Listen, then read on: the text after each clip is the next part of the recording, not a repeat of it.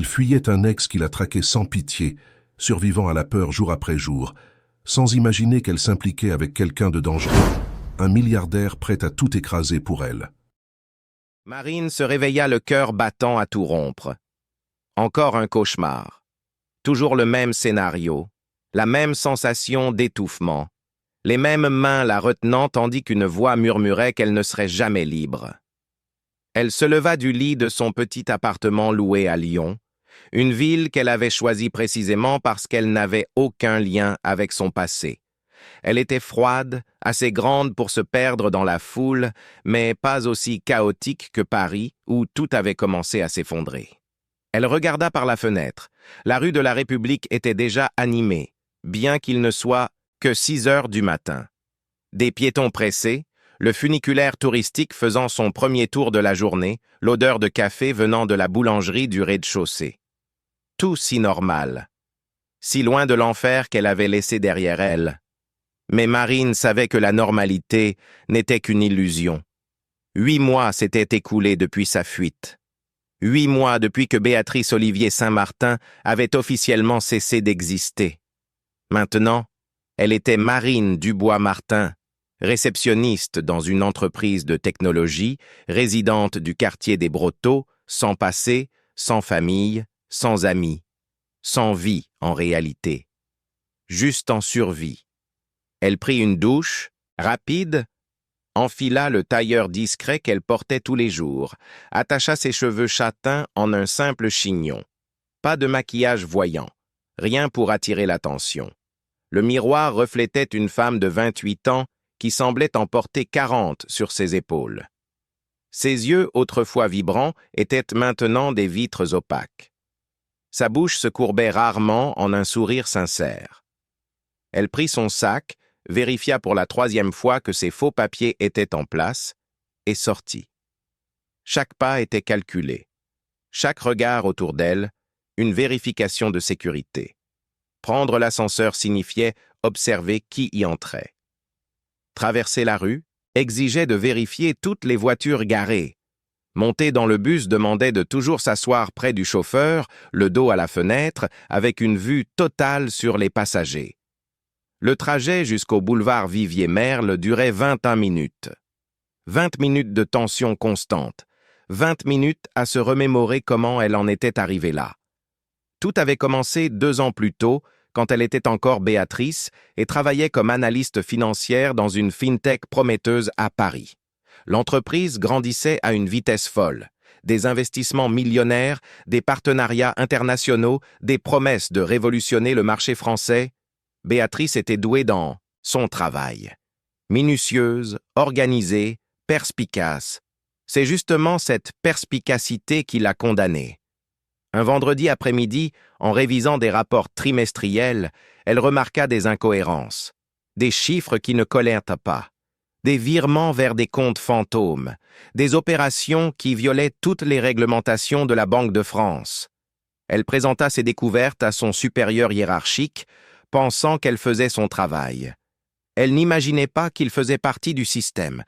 48 heures plus tard, sa vie devint un cauchemar. D'abord, des menaces voilées, puis explicites.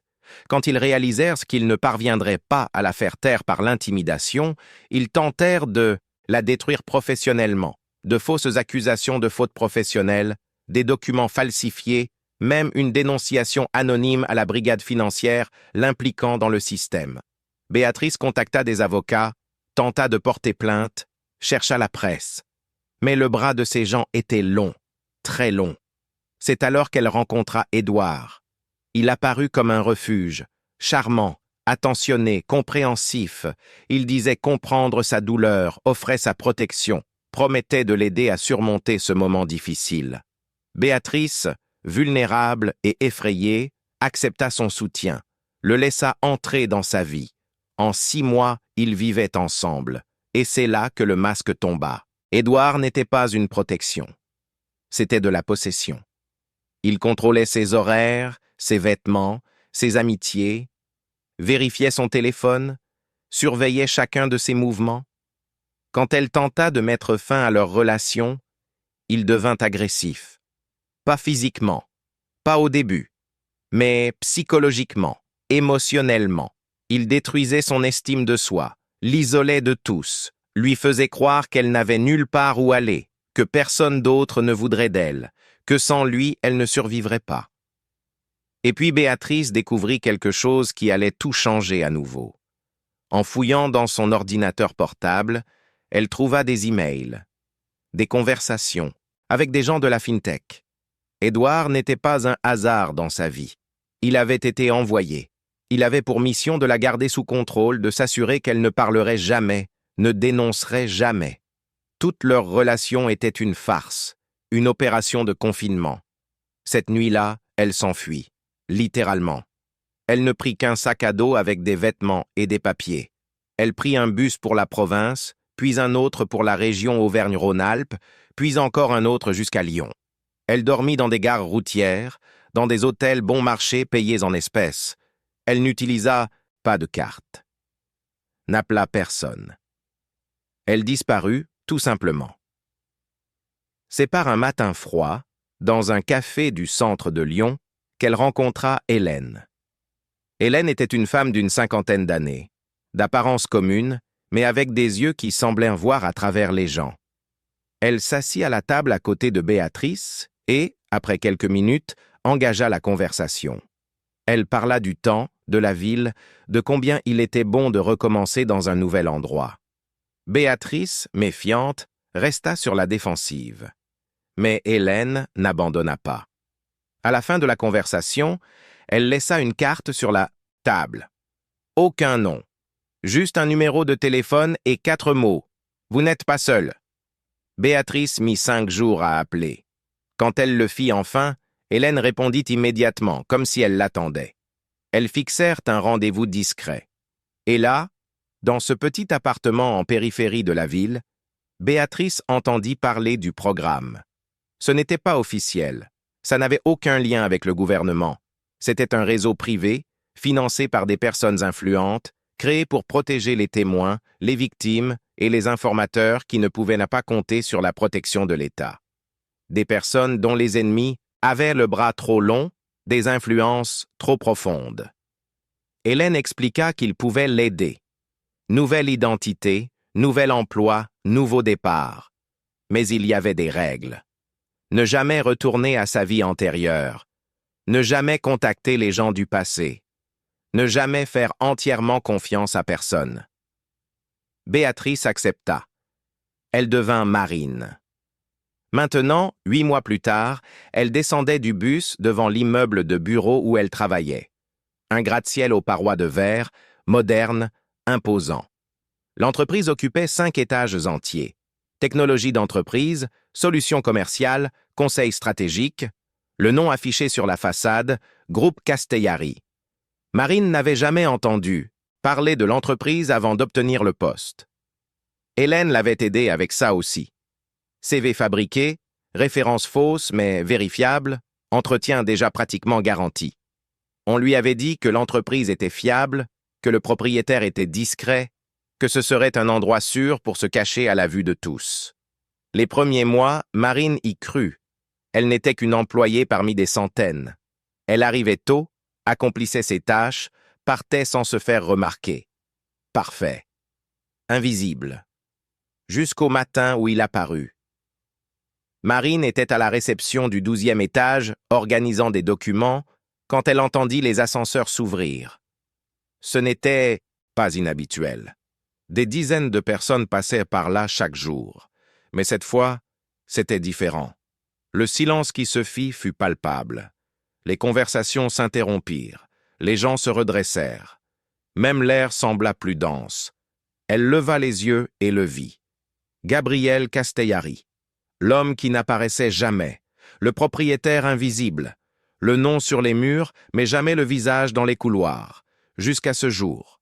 Il était grand, devait avoir environ 38 ans, peut-être 40. Costume sombre, impeccable, port droit, pas mesuré. Mais ce n'était pas son apparence qui impressionnait. C'était sa présence. Comme si l'espace se réorganisait autour de lui. Comme si même la lumière se courbait sous sa gravité. Gabriel traversa la réception sans regarder sur les côtés, accompagné de 2 hommes en costume. Son assistante personnelle, Véronique, une femme élégante et indéchiffrable, suivait juste derrière, parlant rapidement à son téléphone. Marine baissa les yeux, comme tout le monde, et retourna à son travail. Mais alors, il s'arrêta. Marine le sentit avant de le voir, cette sensation d'être observée. Elle leva lentement le regard et croisa ses yeux fixés sur elle. Ce n'était pas un regard désinvolte. Il était analytique, pénétrant, comme s'il lisait chaque couche de qui elle était, de qui elle prétendait être.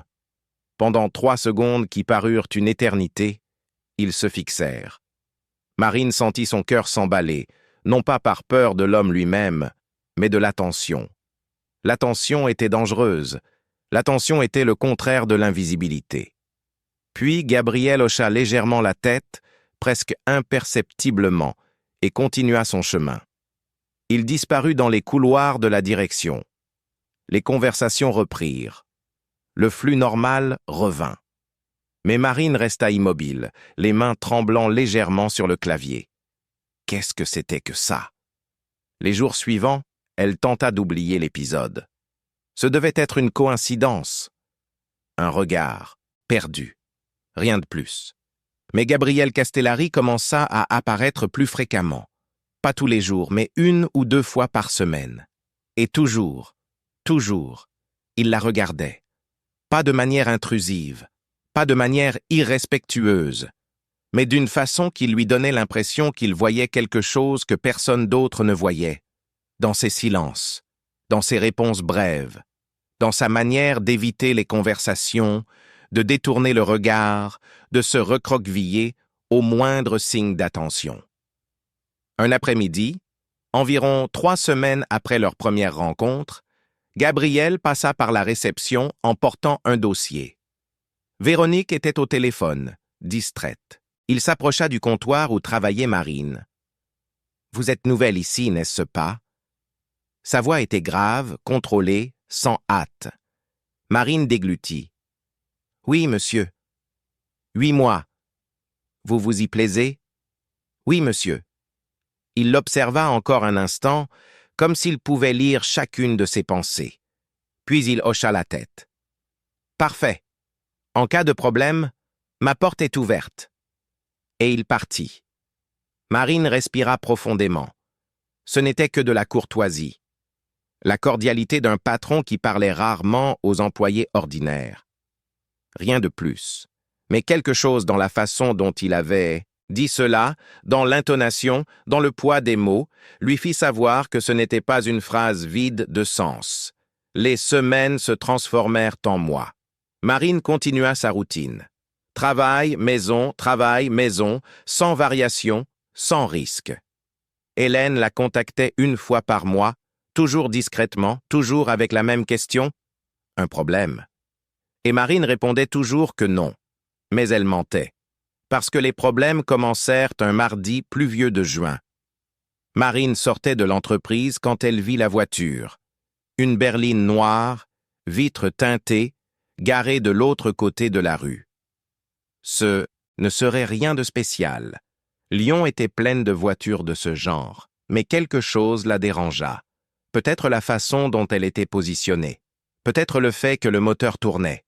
Elle se dirigea vers l'arrêt de bus, essayant d'ignorer. Mais quand elle jeta un coup d'œil, la voiture était toujours là. Et quand le bus arriva et qu'elle monta, elle vit dans le rétroviseur que la berline commençait à bouger. Elle ne la suivit pas complètement. Disparut à un coin de rue. Mais la graine de la paranoïa était plantée. Les jours suivants, Marine commença à remarquer d'autres signes. Un homme avec une casquette dans le café où elle prenait son petit déjeuner. Le même homme, 2 jours plus tard, dans la file d'attente du supermarché près de chez elle.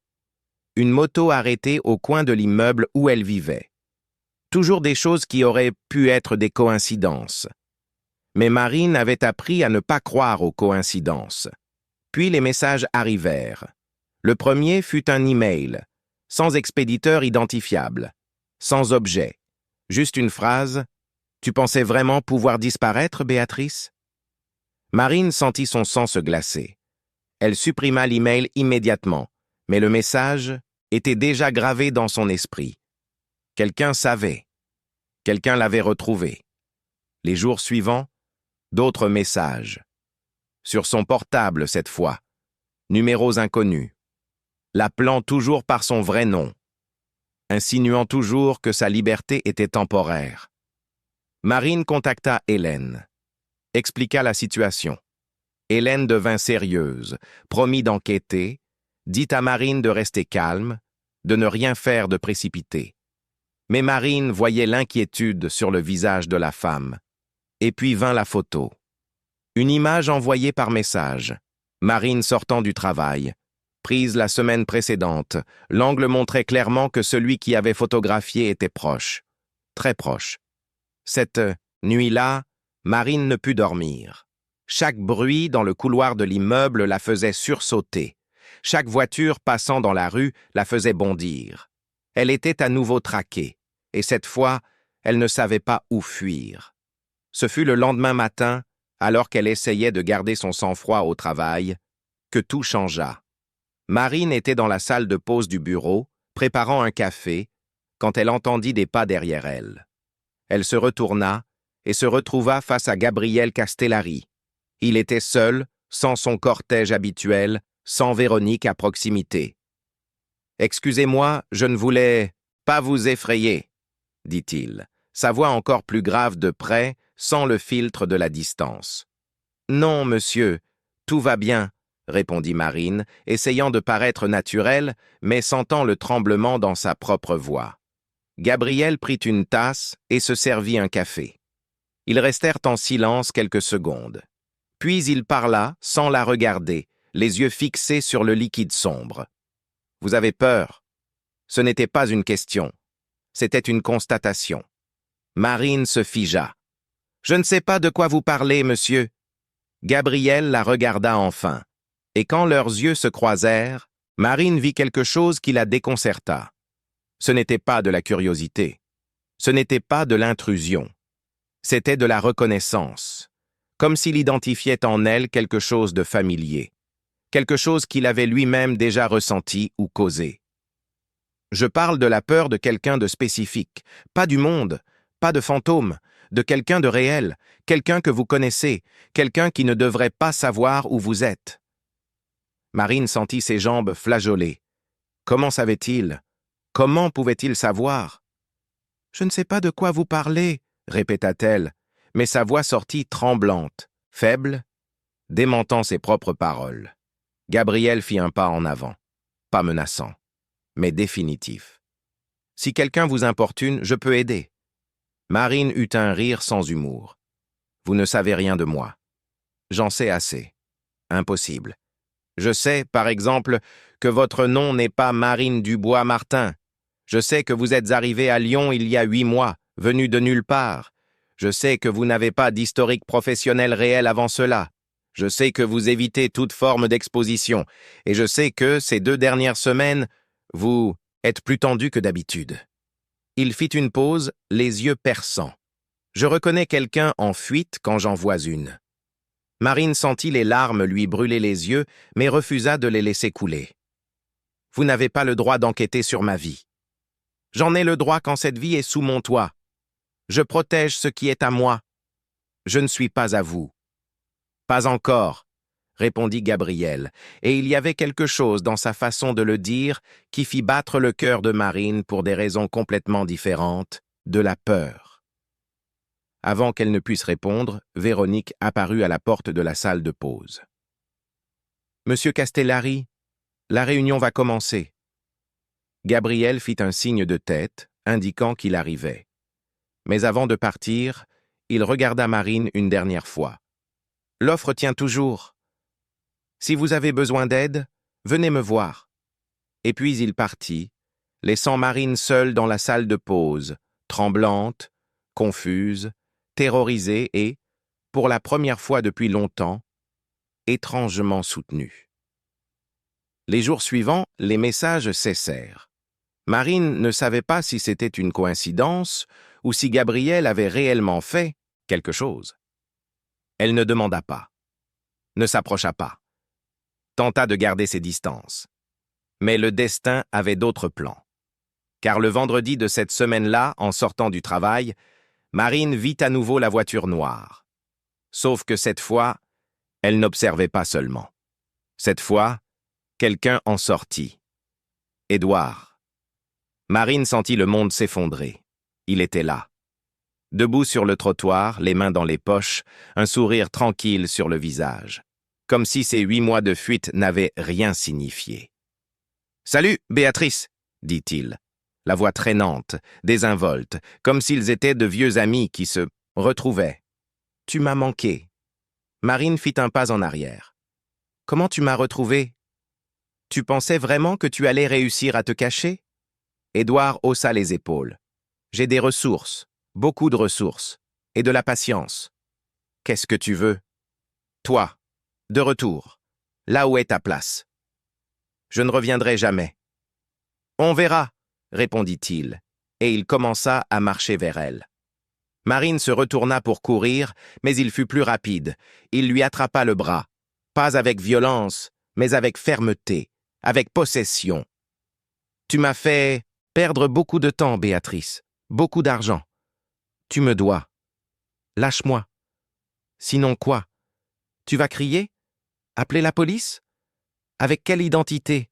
La vraie ou la fausse? » Marine tenta de se dégager, mais il serra plus fort. Des larmes commencèrent à couler sur son visage.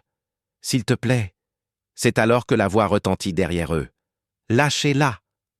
Édouard lâcha immédiatement Marine et se retourna. Gabriel Castellari se tenait à quelques mètres, les mains dans les poches de son costume, la posture détendue, mais ses yeux étaient de glace. « Ça ne vous regarde pas, » dit Édouard, essayant de paraître confiant, mais Marine entendit la légère hésitation. « Elle travaille pour moi. Donc si, ça me regarde. » Édouard regarda de Marine à Gabriel, analysant. « Alors, c'est vous le nouveau sauveur ?» Il rit. « Bonne chance. Celle-ci est plus compliquée qu'elle n'en a l'air. » Gabriel ne répondit pas. Il fit juste un pas en avant, et quelque chose dans sa façon de bouger, quelque chose dans l'aura qu'il dégageait, fit reculer Édouard. « Marine, viens ici !» dit Gabriel, la voix basse mais ferme. Marine regarda Édouard, puis Gabriel. Et alors, dans une décision qui allait tout changer, elle marcha vers Gabriel. Édouard serra les poings. « Ça ne va pas bien se terminer pour toi, » dit-il, mais on ne savait pas s'il parlait à Gabriel ou à Marine. Gabriel s'approcha de Marine. Et alors, devant Édouard, devant quiconque observait, il fit quelque chose qui surprit tout le monde. Il attira Marine à lui et l'embrassa. Ce n'était pas un baiser de passion, c'était un baiser de déclaration, de propriété, d'avertissement. Ses mains tinrent son visage fermement, mais sans lui faire mal. Ses lèvres étaient dominatrices, mais pas agressives. C'était un message clair, elle était désormais sous sa protection. Quand ils se séparèrent, Marine était sous le choc. Gabriel la garda près de lui, un bras autour d'elle, et fixa Édouard. « Maintenant, vous savez où nous en sommes. Si vous réapparaissez, ce ne sera pas une conversation, » dit Gabriel, la voix basse, mais chargée d'une menace qui n'avait pas besoin d'être élaborée pour être comprise. Édouard était pâle. Il avait reconnu Gabriel. Et à cet instant, il comprit qu'il avait complètement sous-estimé la situation. Il fit un autre pas en arrière, regarda Marine une dernière fois avec colère et frustration, puis retourna à sa voiture. Marine regarda la berline noire s'éloigner dans la rue. Ce n'est que lorsqu'elle disparut qu'elle réalisa qu'elle tremblait violemment. Gabriel la guida jusqu'à sa propre voiture, un SUV noir garé sur la place de la direction. Il entra avec elle sur la banquette arrière et ferma la porte. Le chauffeur à l'avant ne dit rien, attendant simplement les instructions. « Ça va ?» demanda Gabriel. Marine ne put répondre. Les larmes la submergèrent enfin.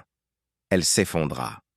Tout le stress des derniers mois, toute la peur, toute la solitude remontèrent à la surface, d'un seul coup. Gabriel ne dit rien. Il l'attira simplement contre sa poitrine et la laissa pleurer. Et pour la première fois depuis qu'elle avait commencé à fuir, Marine se sentit en sécurité. L'appartement de Gabriel Castellari se trouvait au dernier étage d'un immeuble résidentiel dans le quartier le plus chic de Lyon, à la Cité internationale. Marine n'aurait jamais imaginé se retrouver là, assise sur un canapé en cuir italien, enveloppée dans un peignoir doux qui sentait la lavande, tout en observant la ville illuminée à travers les baies vitrées. Après qu'elle eut cessé de pleurer dans la voiture, Gabriel ne l'avait pas ramenée à son appartement. Il avait dit que ce n'était pas sûr, qu'Édouard savait où elle habitait, qu'il avait probablement déjà accès à l'immeuble, peut-être même une copie des clés. Marine ne contesta pas. Elle était trop épuisée pour argumenter. Maintenant, 2 heures plus tard, elle tenait une tasse de thé que Véronique avait préparée avant de partir. Oui, Véronique était là aussi. L'assistante personnelle de Gabriel avait apparemment un accès illimité à sa vie, y compris sa résidence.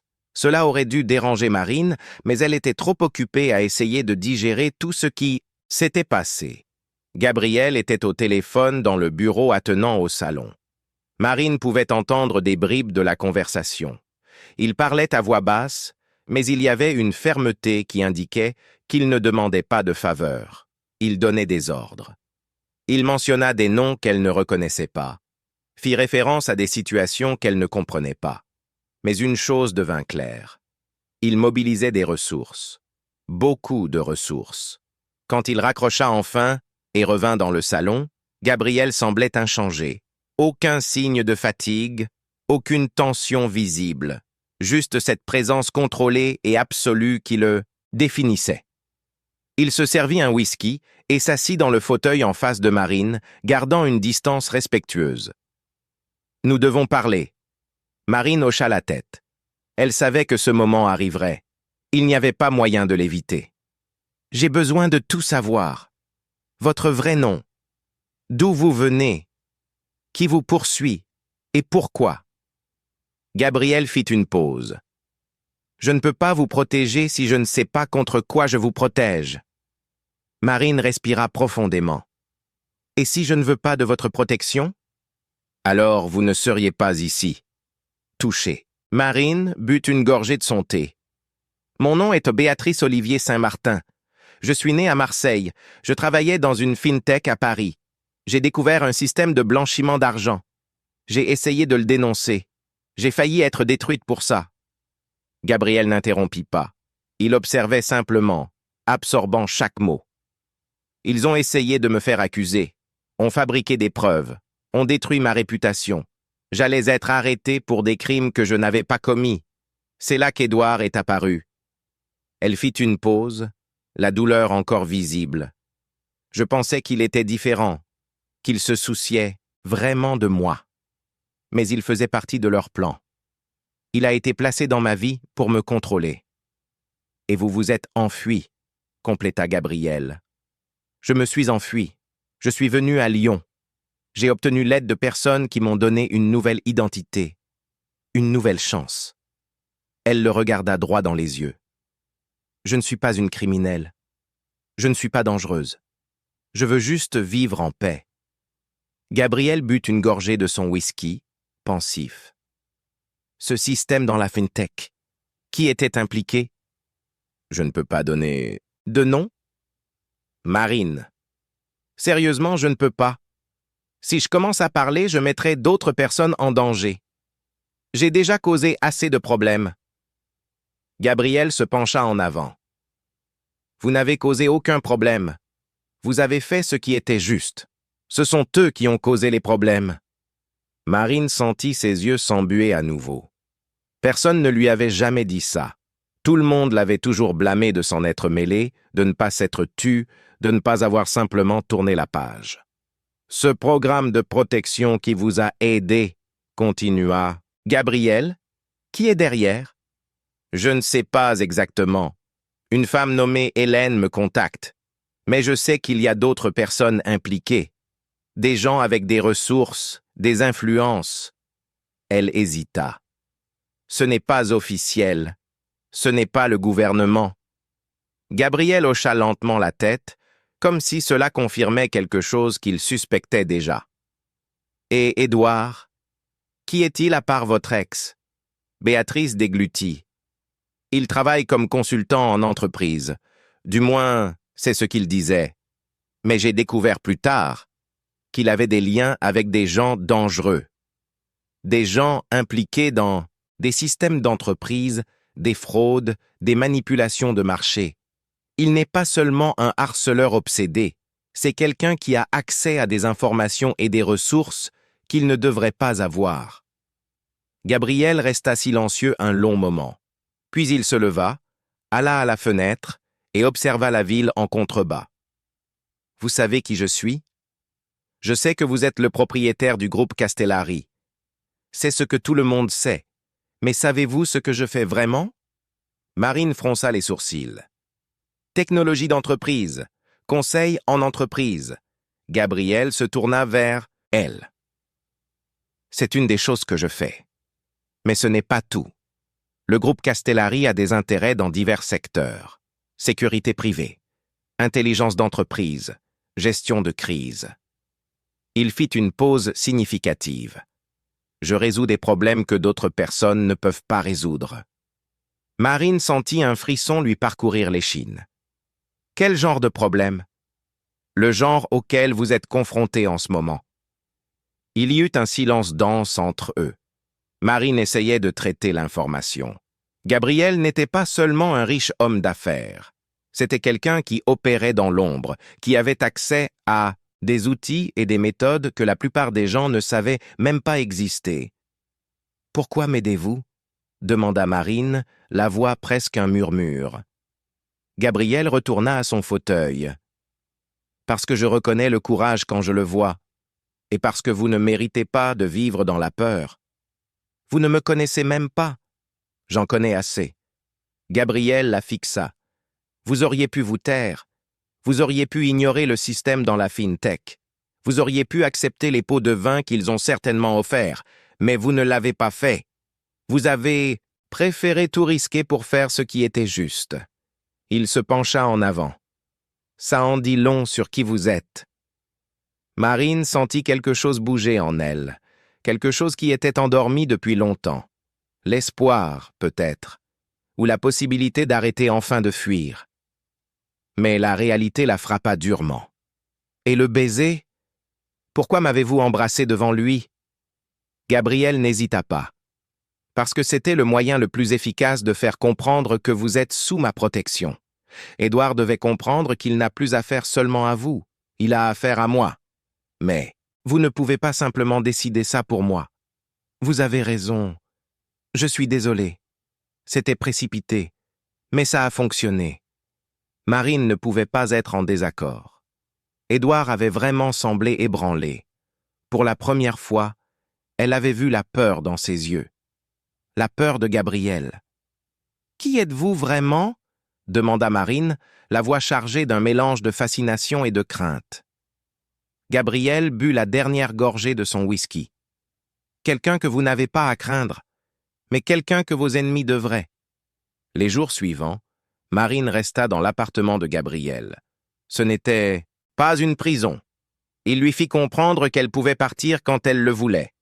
Mais il lui fit aussi comprendre que ce n'était pas sûr.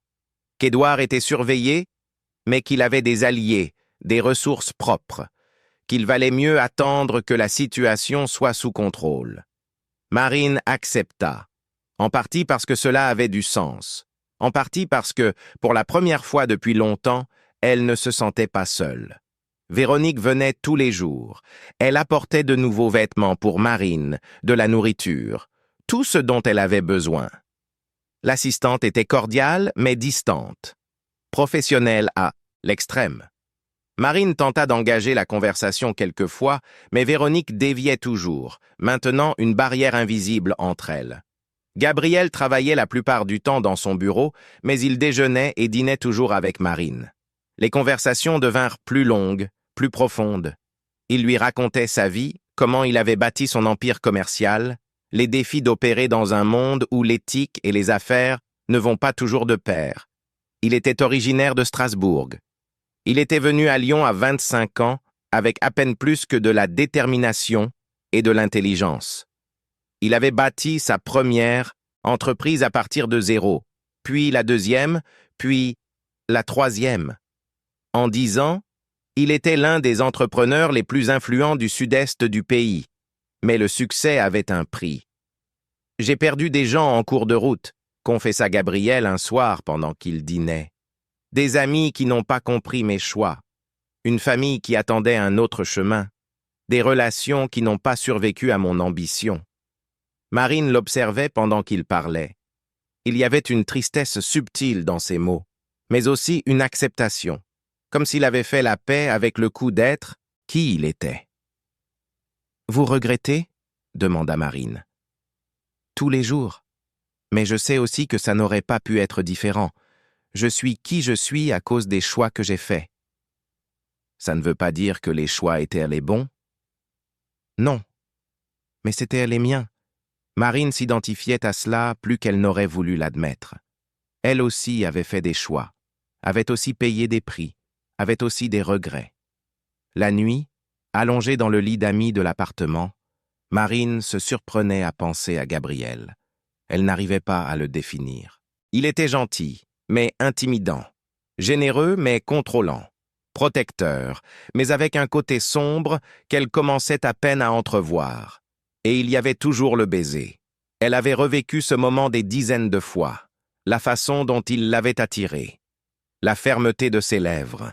La sensation d'être revendiquée, possédée, mais d'une manière qui ne semblait pas être une violation.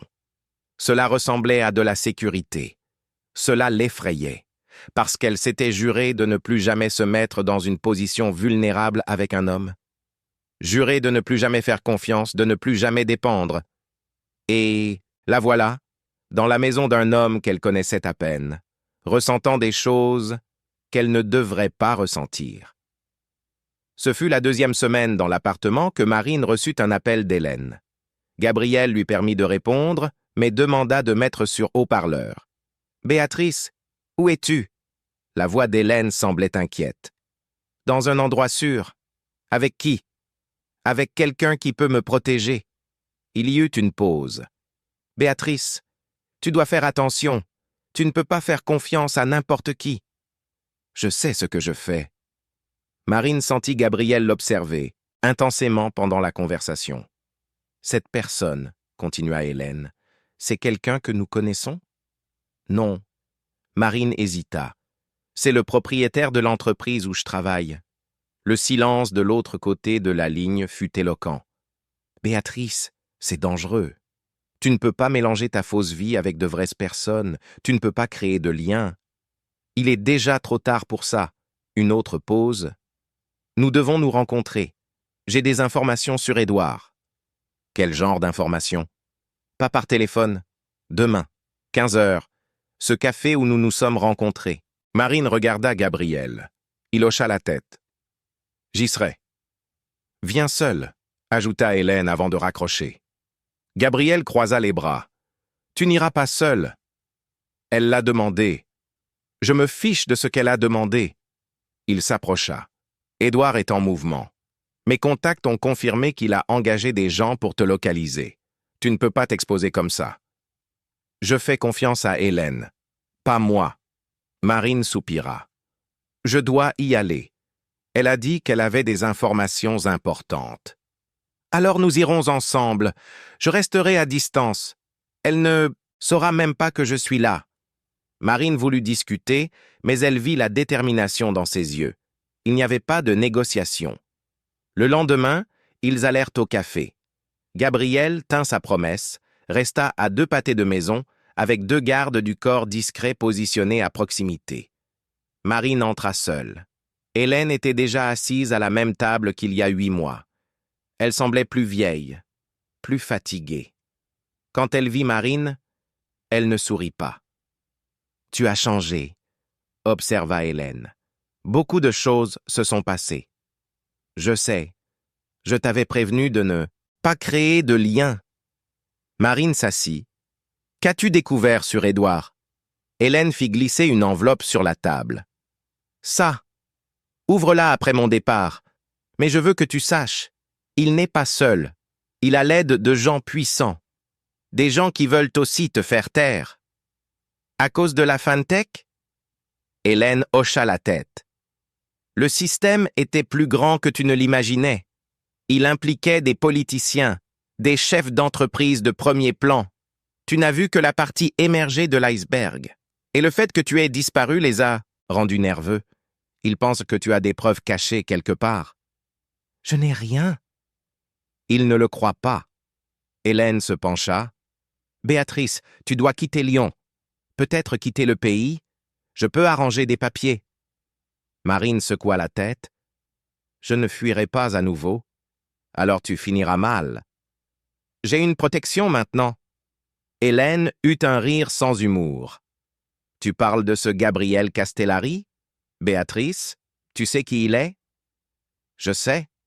Non, tu ne sais pas. Hélène baissa la voix.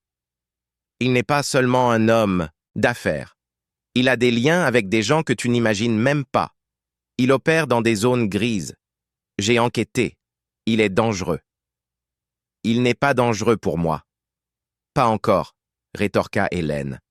Mais les hommes comme lui le sont toujours. Ils protègent jusqu'à posséder. Et quand ils possèdent, ils détruisent. Marine sentit la colère monter. Vous ne le connaissez pas. Et toi, tu le connais. Ça fait 2 semaines que tu es avec lui. Tu penses vraiment savoir qui il est? Marine voulut répondre, mais ne le put. Parce qu'Hélène avait raison. Elle ne connaissait pas Gabriel. Pas vraiment. Elle ne connaissait que ce qu'il lui permettait de voir. Hélène soupira. J'essaie juste de te protéger, comme je l'ai fait depuis le début. Je sais, et je vous en suis reconnaissante. Mais je dois le faire à ma façon. Hélène hocha la tête, résignée. L'enveloppe contient des informations sur Édouard. Ses relations, son historique, les gens avec qui il travaille. Utilise-les avec sagesse. Et si tu as besoin de moi, tu sais comment me trouver. Elles se dirent au revoir. Marine sortit du café avec l'enveloppe cachée dans son sac. Gabriel attendait dans la voiture. Elle entra sans rien dire. Comment ça s'est passé? Elle m'a donné ça. Marine montra l'enveloppe. Gabriel la prit, mais ne l'ouvrit pas. On verra ça à la maison. De retour à l'appartement, ils ouvrirent l'enveloppe ensemble. À l'intérieur se trouvaient des documents, des photos, des registres d'entreprise. Édouard avait des liens avec un réseau de consultants qui opéraient dans des fraudes d'entreprises dans tout le pays. Mais une information en particulier attira l'attention de Gabriel. Il se tendit en lisant un des documents. Marine remarqua le changement immédiat. « Qu'est-ce qu'il y a ?» Gabriel ne répondit pas tout de suite. Il continua à lire, son expression se fermant de plus en plus. Puis il posa le papier sur la table et s'éloigna, les mains sur les hanches, clairement contrarié. « Gabriel ?» « Ton ex, dit-il lentement, a travaillé avec des gens qui ont détruit la carrière de quelqu'un de proche. » Marine se figea. « Qui ?»« Ma sœur. Il y a 5 ans, elle était cadre dans une société d'investissement. Elle a été accusée à tort dans un scandale de fraude. Elle a tout perdu, sa réputation, sa carrière, sa famille. Elle ne s'en est jamais remise. » Gabriel se tourna vers Marine, les yeux sombres. Et d'après ça, Édouard était impliqué dans le système qui l'a détruite. Marine sentit le monde tourner. Ça veut dire que nos passés sont liés, que l'homme qui te poursuit est le même qui a aidé à détruire ma sœur. Le silence qui suivit fut lourd. Marine ne savait pas quoi dire, comment réagir. Cela changeait tout. Ce n'était pas seulement une protection généreuse. Gabriel avait des raisons personnelles de s'impliquer. « Tu le savais ?» demanda Marine, la voix tremblante. « Quand tu m'as embauché, tu savais ce lien? » « Non, je ne savais rien de toi à part les bases. Mais maintenant que je le sais, tout prend son sens. » Qu'est-ce qui prend son sens? Pourquoi je me suis senti obligé de te protéger? Gabriel s'approcha. Ce n'est pas une coïncidence que tu sois entré dans ma vie. C'est comme si l'univers me donnait une chance de corriger ce que je n'ai pas pu faire pour ma sœur. Marine fit un pas en arrière. « Je ne suis pas ta sœur. Je sais. Je ne suis pas ton projet de rédemption. Je sais aussi. Alors qu'est-ce que je suis pour toi ?» Gabriel la fixa avec une intensité qui la fit trembler. « Tu es la première personne depuis des années qui me fait ressentir autre chose que du vide. » Marine sentit l'air lui manquer. « Ça ne peut pas arriver. C'est déjà en train d'arriver. » « Non. » Marine secoua la tête avec véhémence. « Je ne peux pas m'impliquer. Je ne peux pas faire confiance. Je ne peux pas... » Mais ces mots furent interrompus quand Gabriel fit un pas en avant et la prit dans ses bras. Ce n'était pas possessif comme le baiser. C'était réconfortant, comme s'il savait exactement ce dont elle avait besoin à ce moment-là. Marine tenta de résister, tenta de s'éloigner, mais son corps trahit son esprit. Elle se permit de se détendre, se permit de ressentir. Et pour la première fois depuis longtemps, elle pleura non pas de peur ou de désespoir, mais de soulagement. Ils restèrent ainsi de longues minutes. Quand ils se séparèrent enfin, Gabriel tint son visage avec délicatesse. « Je ne te ferai pas de mal, » dit-il, « et je ne laisserai personne te faire de mal. » « Comment peux-tu promettre ça ? » « Parce que je ne romps jamais mes promesses. » Marine voulait y croire. Voulait tellement y croire. Mais la voix d'Hélène résonnait dans son esprit. Ils protègent jusqu'à posséder. Et quand ils possèdent, ils détruisent. « J'ai besoin de temps, » dit Marine. « D'accord, je peux attendre. » Mais cette nuit-là, allongée seule dans le lit d'amis, Marine sut que le temps ne changerait rien. Parce que la vérité était qu'elle était déjà impliquée, ressentait déjà des choses qu'elle ne devrait pas ressentir, dépendait déjà de Gabriel, de manière qui l'effrayait. Et le pire de tout, une partie d'elle le voulait la sécurité, voulait la protection, voulait appartenir à quelqu'un d'assez fort pour affronter ses démons, même si cela signifiait échanger une prison contre une autre.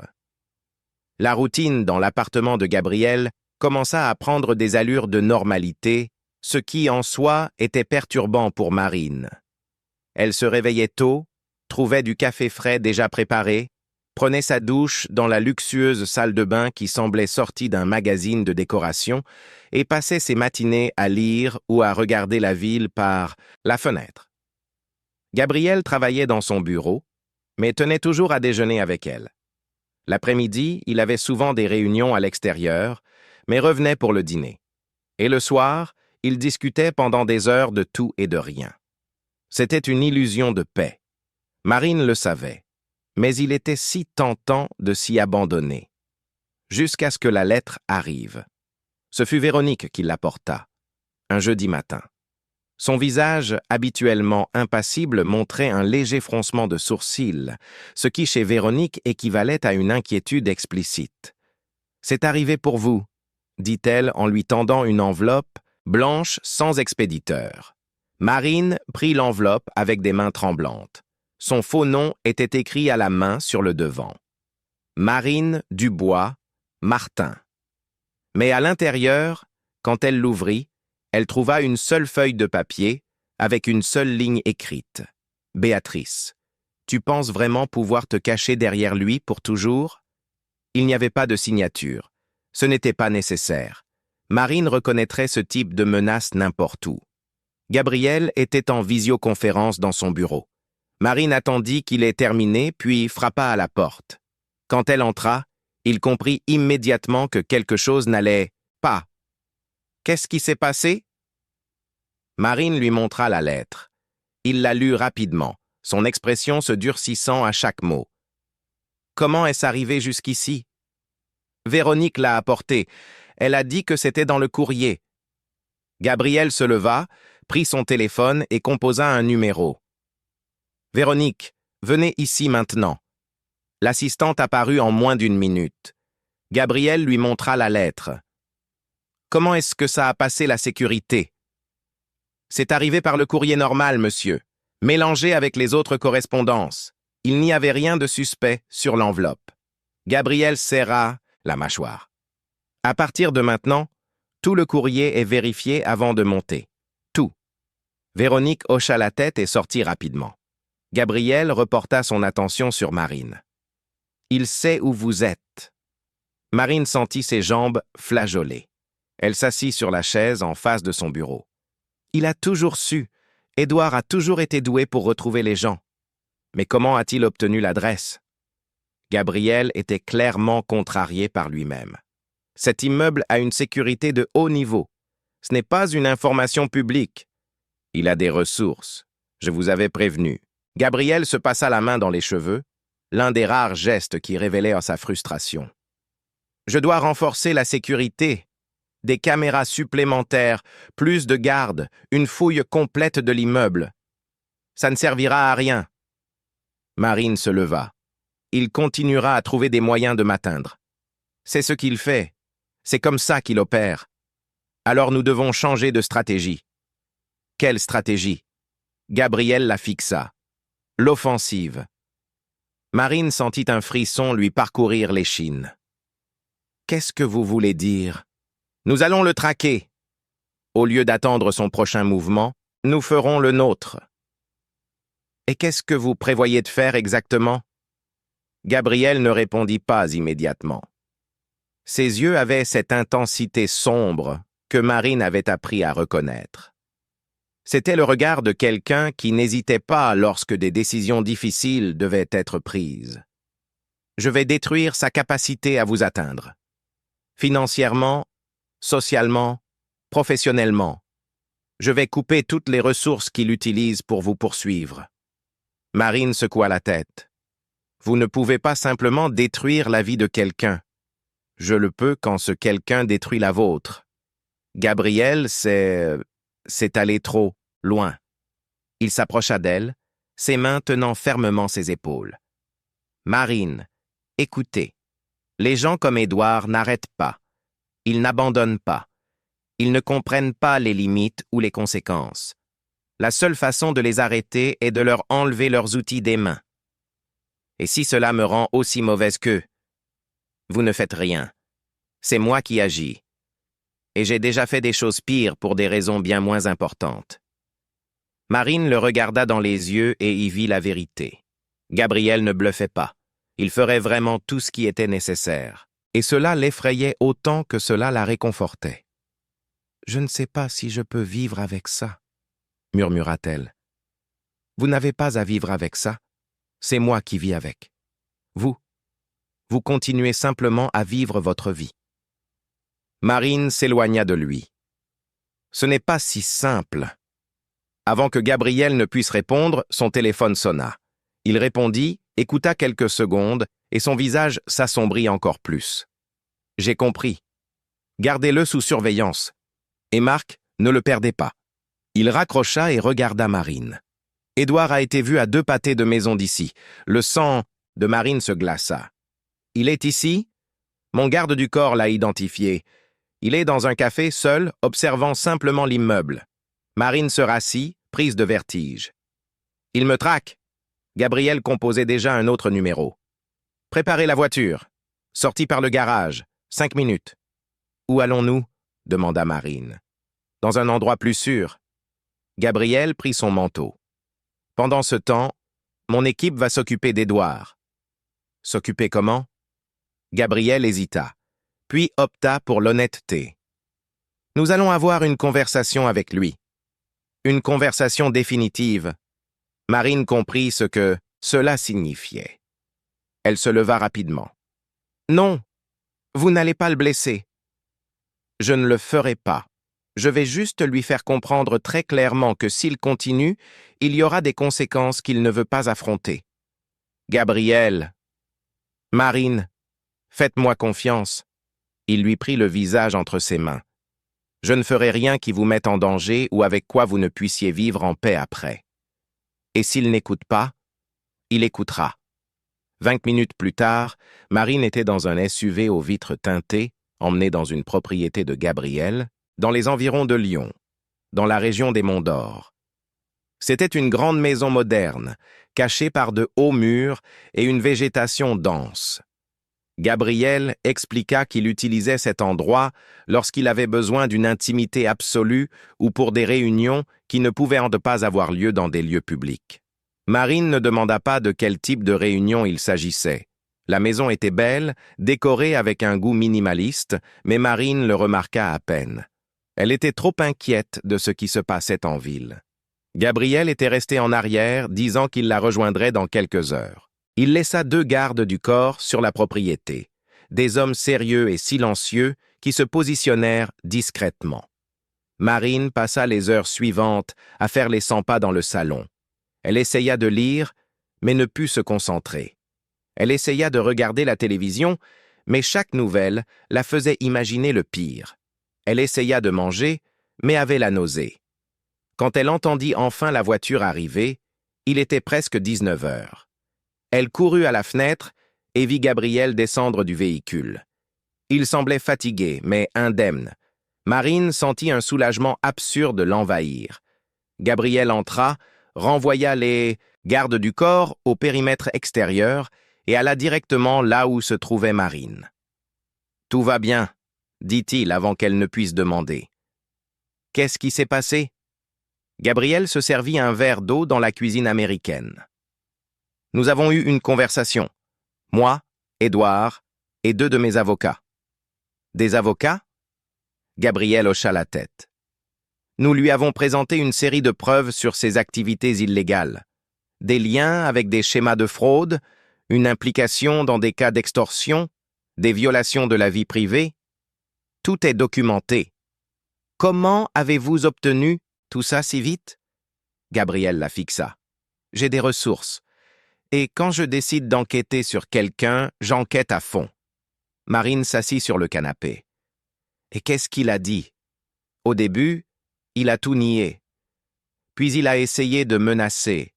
Il a dit qu'il avait aussi des informations sur moi. Gabriel haussa les épaules. Je lui ai dit qu'il était libre de les utiliser, mais que s'il le faisait, chaque document que nous avons sur lui serait remis aux autorités compétentes. Et contrairement à lui, mes activités sont toutes légales, elles ne sont simplement pas publiques. Il a cru ? Il n'a pas eu le choix. Je lui ai montré que je peux détruire sa carrière, ses relations, sa réputation, tout ce qu'il a construit. Et j'ai été clair que je le ferais s'il s'approchait de vous à nouveau. Marine ressentait un mélange de soulagement et de malaise. « Et il a accepté ?»« Il n'a pas eu le choix, » répéta Gabriel. « Mais pour être sûr, j'ai mis une surveillance permanente sur lui. Le moindre mouvement suspect, je le saurai. » Marine se frotta le visage avec ses mains. On se croirait dans un film. Gabriel s'assit à côté d'elle. « Je sais que c'est beaucoup. Je sais que ce n'est pas comme ça que vous imaginiez que les choses se résoudraient. Mais c'est efficace. »« Et combien de temps ça va durer ?» demanda Marine. « Vous allez me surveiller pour toujours ? Le surveiller pour toujours ? Ce n'est pas une vie. C'est temporaire, jusqu'à ce que nous soyons sûrs qu'il a abandonné. Et s'il n'abandonne pas ?» Gabriel ne répondit pas. Et dans ce silence, Marine comprit. Si Édouard n'abandonnait pas, Gabriel ferait quelque chose de définitif.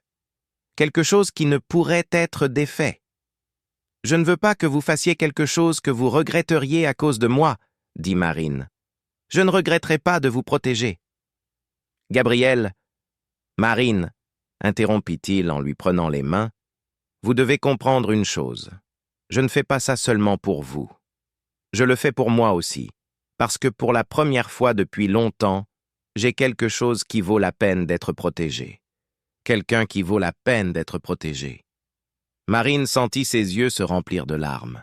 « Vous me connaissez ? À peine. J'en connais assez. Je connais votre courage, votre force, votre refus d'abandonner même quand le monde entier a conspiré contre vous. Je connais la façon dont vous essayez de cacher votre vulnérabilité tout en prenant soin de tous ceux qui vous entourent. Je connais vos peurs et je connais vos espoirs. Et je sais que, malgré tout, vous croyez encore qu'il y a de la bonté dans le monde. Comment savez-vous tout ça? Parce que je fais attention. Parce que depuis le premier jour où je vous ai vu, je n'ai pas pu m'arrêter de faire attention. Marine ne put retenir ses larmes plus longtemps. J'ai peur. De quoi? De vous. De moi. De nous. Elle essuya ses larmes. J'ai passé les dernières années à fuir un homme qui disait m'aimer, mais qui voulait en fait me contrôler. Et maintenant je suis ici avec vous, qui voulez aussi me protéger, me contrôler d'une certaine manière, et je ne sais plus quelle est la différence. Gabriel lâcha ses mains. Vous voulez connaître la différence? Je veux. La différence, c'est que je vous laisserai partir si c'est ce que vous voulez. Marine cligna des yeux, surprise. Quoi? Tout de suite. Vous pouvez sortir par cette porte, retourner à votre vie, et je ne vous en empêcherai pas. Je garderai Édouard à distance, je garantirai votre sécurité, mais de loin. Vous n'aurez plus jamais à me voir si vous ne le voulez pas. Marine resta silencieuse, digérant l'information. Vous êtes sérieux? Complètement. Gabriel se leva et alla vers la table où se trouvait son portefeuille. Il prit une carte et revint, la lui tendant. Tenez, mon contact direct. Si un jour vous avez besoin de quoi que ce soit, n'importe quoi, appelez-moi. Mais si vous ne le voulez pas, c'est d'accord. Le choix vous appartient. Il vous a toujours appartenu. Marine regarda la carte dans ses mains. C'était si simple, si définitif. Elle pouvait simplement s'en aller, reprendre sa vie de Marine Dubois-Martin, continuer à être invisible, mais libre. Mais était-ce ce qu'elle voulait? Avant qu'elle ne puisse répondre, le téléphone de Gabriel sonna. Il répondit, écouta quelques secondes, et son visage perdit sa couleur. « Quand » demanda-t-il, la voix tendue. « J'ai compris. J'arrive. » Il raccrocha et regarda Marine. « Il y a eu un incident. » « Quel genre d'incident? » « Quelqu'un a pénétré dans mon appartement à Lyon. Les gardes du corps ont été neutralisés. Pas de victimes mortelles, mais ils sont emmenés à l'hôpital. » Marine se leva, la panique s'emparant d'elle. « C'était Édouard? » Nous ne savons pas. Les caméras ont été désactivées avant l'intrusion. Mais qui que ce soit, c'est un professionnel. Qu'est-ce qu'il voulait? Vous, dit simplement Gabriel. Ils sont entrés dans la chambre d'amis où vous étiez. Ont tout retourné. Ils cherchaient clairement quelque chose. Marine sentit ses jambes flageoler. Ce n'était pas Édouard. Il n'a pas ce genre de ressources. Je sais. Gabriel prenait déjà les clés de la voiture, ce qui signifie qu'il y a quelqu'un d'autre d'impliqué. La Fintech, murmura Marine. Ils m'ont retrouvé. Gabriel s'arrêta et la regarda. Ils savent que vous êtes avec moi? Ils doivent le savoir maintenant. S'ils ont pénétré dans votre appartement, s'ils ont vu que j'y vis.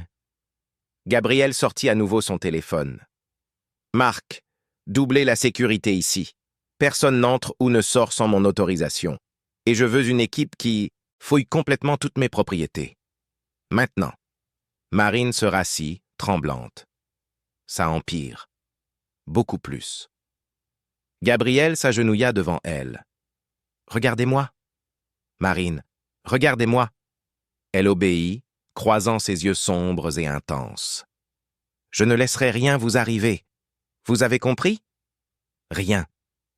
Vous ne pouvez pas promettre ça. Je le peux, et je le promets. Gabriel lui tint le visage. Qui que ce soit, nous le trouverons. Et nous l'arrêterons. Mais à quel prix? N'importe quel prix. Marine vit la détermination absolue en lui. Et pour la première fois, elle comprit pleinement qui était Gabriel Castellari. Il n'était pas seulement un riche homme d'affaires. Il n'était pas seulement quelqu'un avec des relations. C'était quelqu'un qui, lorsqu'il décidait de protéger quelque chose, le faisait avec une intensité absolue et implacable. Et cela aurait dû l'effrayer. Mais la seule chose que Marine ressentait était de la gratitude. Cette nuit-là, Marine ne put dormir. Elle resta dans la chambre d'amis de la maison des Monts d'Or, écoutant les bruits de la nuit, chaque son faisant battre son cœur. Gabriel avait ajouté des gardes supplémentaires. Il y avait des caméras partout. La propriété était une forteresse. Mais Marine se sentait toujours exposée. Vers 3 heures du matin, elle renonça à essayer de dormir. Elle se leva, enfila son peignoir et sortit de la chambre. La maison était silencieuse, mais il y avait des lumières allumées en bas. Elle descendit les escaliers et trouva Gabriel dans le salon, assis sur le canapé, un verre de whisky à la main, regardant dans le vide. « Vous non plus, vous n'arrivez pas à dormir ?» demanda Marine. Gabriel la regarda. « J'y arrive rarement. » Marine s'assit à l'autre bout du canapé. « Depuis combien de temps vivez-vous comme ça? Comme ça comment?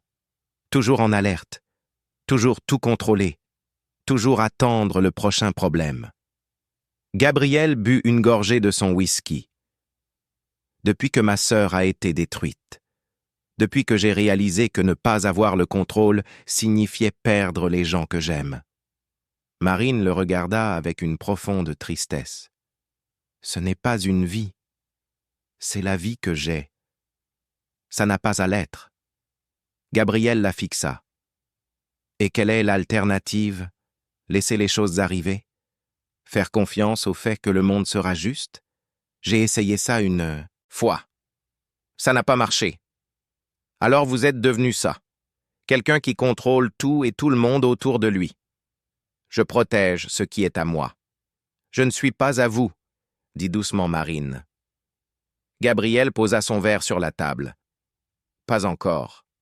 Mais vous pourriez l'être. » Marine sentit son cœur s'accélérer. « Et vous pourriez être à moi aussi? Je le suis déjà. » Le silence qui suivit fut dense, chargé de tout ce qui n'était pas dit. Marine savait qu'elle était à un point de non-retour. Elle pouvait se lever, maintenant, retourner dans sa chambre, garder ses distances. Ou elle pouvait... Elle s'approcha de lui sur le canapé. Gabriel ne bougea pas, il l'observa simplement. Quand Marine fut assez proche, elle lui prit le visage entre ses mains. « Si je fais ça, » murmura Marine, « si je me permets de vous faire confiance, de ressentir ce que je ressens, vous promettez de ne pas me trahir, de ne pas me contrôler, de ne pas me détruire comme Édouard a essayé de le faire? Je promets que je ne vous blesserai jamais intentionnellement, mais je ne peux pas promettre que je ne vous frustrerai pas, ne vous énerverai pas, ou ne prendrai pas des décisions avec lesquelles vous ne serez pas d'accord, parce que je suis qui je suis, et je ne vais pas prétendre être différent. » Marine sourit tristement. « Au moins, vous êtes honnête. Je le serai toujours avec vous. » Et alors, après des semaines de résistance, de peur, de refus, Marine se laissa aller. Elle se pencha et embrassa Gabriel. Ce n'était pas comme le premier baiser, celui plein de déclarations et d'avertissements. Celui-ci était différent. C'était un choix, une reddition consciente, une acceptation de tout ce qu'il était et de tout ce qu'ils pourraient être ensemble. Gabriel répondit au baiser avec une intensité qui coupa le souffle de Marine. Ses mains glissèrent sur sa taille, la rapprochant. Marine sentit le monde disparaître autour d'elle, sentit que pour la première fois depuis des années, elle ne fuyait pas, ne se cachait pas, elle était simplement. Quand ils se séparèrent enfin, ils étaient tous les deux essoufflés. Gabriel appuya son front contre le sien. « Vous êtes sûr de ça ?» demanda-t-il. « Non. » Marine eut un rire sans humour. « Mais je vais le faire quand même. » « Pourquoi? » « Parce qu'être avec vous, même avec tous les risques, semble plus réel que tout ce que j'ai vécu ces dernières années. » Gabriel la prit dans ses bras. Et là, dans cette maison cachée dans les environs de Lyon, entourée de gardes et de caméras, tandis que des personnes dangereuses les traquaient, Marine se permit enfin de ressentir quelque chose qu'elle avait oublié, l'espoir. Mais l'espoir est un sentiment fragile. Et l'univers était sur le point de le tester de manière qu'aucun d'eux n'imaginait. Le lendemain matin apporta une accalmie trompeuse. Marine se réveilla sur le canapé du salon, toujours dans les bras de Gabriel. Il s'était endormi là, enlacé, après des heures à parler de tout et de rien. C'était la première nuit depuis des mois que Marine dormait profondément, sans cauchemar, sans sursaut. Mais la paix ne dura que jusqu'à ce que Gabriel reçoive l'appel. Il répondit avec précaution pour ne pas la réveiller, mais Marine se réveillait déjà. Elle entendit des bribes de la conversation. Gabriel parlait à voix basse, mais il y avait une tension indéniable dans sa voix. Quand il raccrocha, son visage était sombre. « Qu'est-ce qu'il y a » demanda Marine en s'asseyant. Gabriel hésita, pesant clairement ce qu'il devait lui dire. Puis, il opta pour la vérité. « Mon équipe a identifié ceux qui ont pénétré dans l'appartement. » « Qui ? Des professionnels, engagés par une société de sécurité privée qui a des liens avec la FinTech où vous travailliez. » Marine sentit son sang se glacer. « Alors ils m'ont vraiment retrouvé. »« Oui, et ils ne sont pas seuls. » Gabriel se passa la main dans les cheveux. Véronique enquête sur des liens plus profonds. Il semble qu'il y ait au moins 3 entreprises impliquées dans le système original, et toutes ont intérêt à s'assurer que vous ne parliez jamais. Marine se leva, commençant à faire les 100 pas.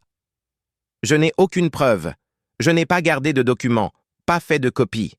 Pourquoi s'intéresse-t-il encore à moi ? Parce que vous avez vu, vous savez.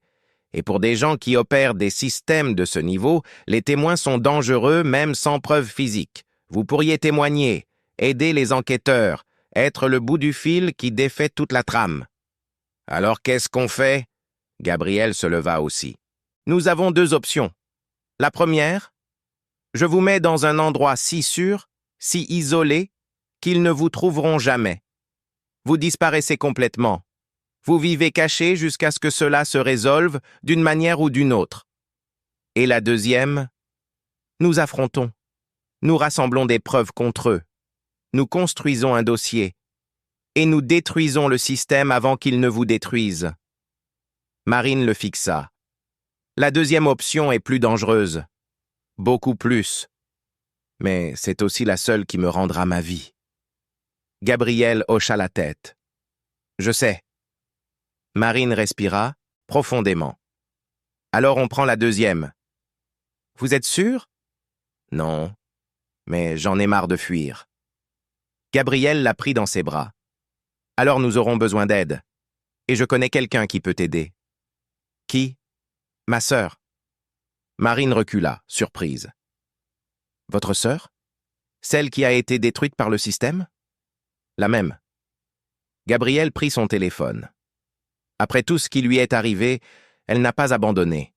Elle a passé des années à enquêter seule, à rassembler des informations sur les responsables. Elle a des dossiers, des contacts, une connaissance approfondie du fonctionnement de ces systèmes. Si quelqu'un peut nous aider à monter un dossier, c'est elle. Et elle voudra aider ?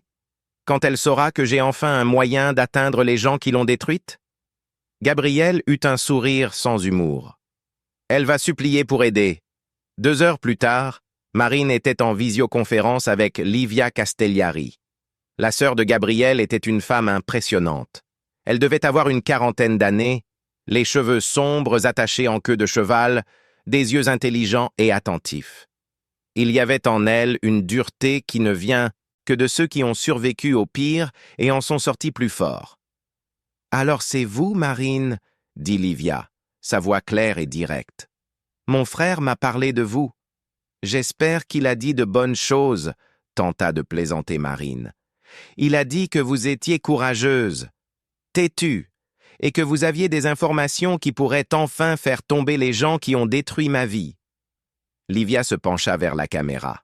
« Alors oui, c'était de bonnes choses. »« Je n'ai pas de preuves physiques, » précisa Marine, « seulement ce que j'ai vu et ce dont je me souviens.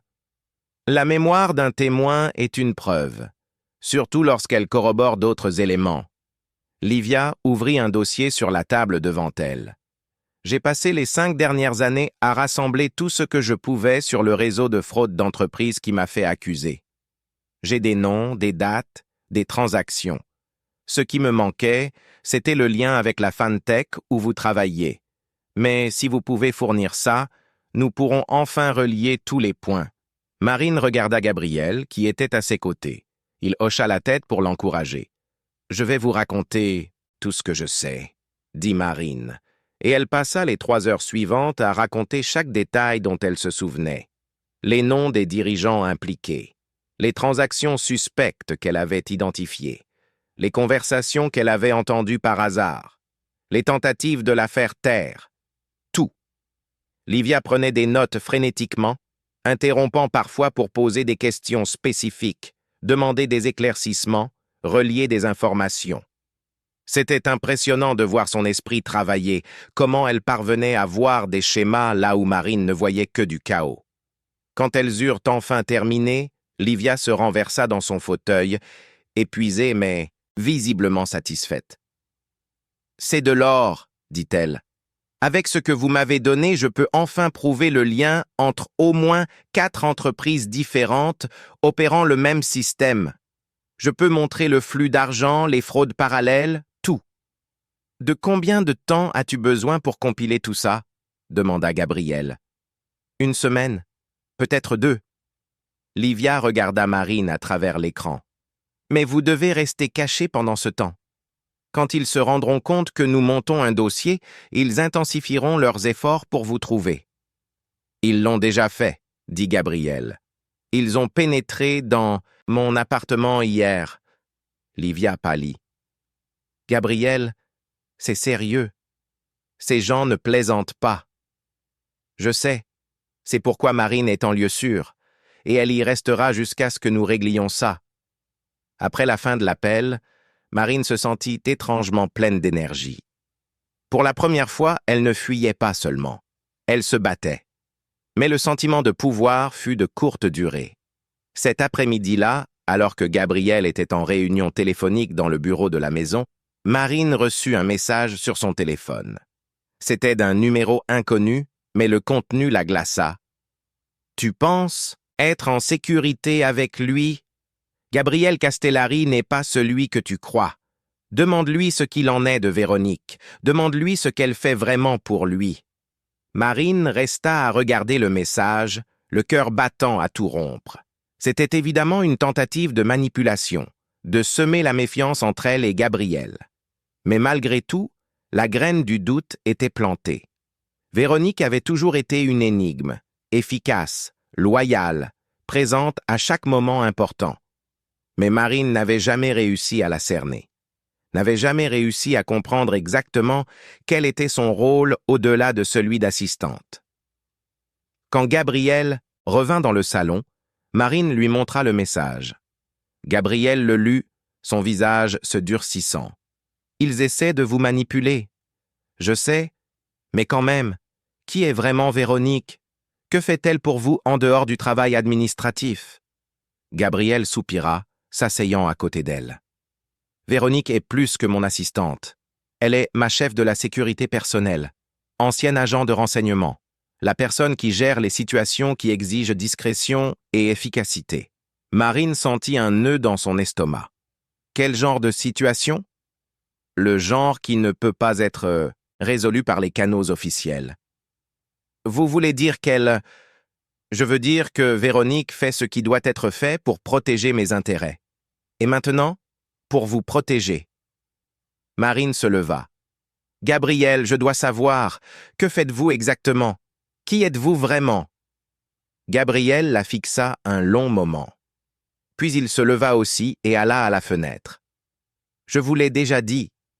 Je résous des problèmes. » « Quel genre de problèmes? » « Des problèmes impliquant des personnes puissantes qui font des choses illégales ou immorales. Des entrepreneurs corrompus, des politiciens véreux, des criminels en col blanc. Je rassemble des informations sur eux, je trouve leurs faiblesses et je les utilise pour m'assurer qu'ils ne nuisent pas à des personnes innocentes. C'est du chantage. Appelez ça comme vous voulez. J'appelle ça la justice. » Marine sentit le sol se dérober sous ses pieds. « Alors tout ce que vous faites, toute votre entreprise, est légitime. Le groupe Castellari offre réellement des services de technologie et de conseil. Mais il offre aussi d'autres services. Des services qui n'apparaissent pas dans les contrats officiels. » Gabriel se tourna vers elle. « Je ne suis pas un criminel, Marine.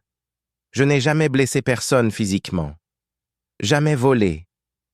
Jamais détruit des personnes innocentes. Mais je ne suis pas un saint non plus.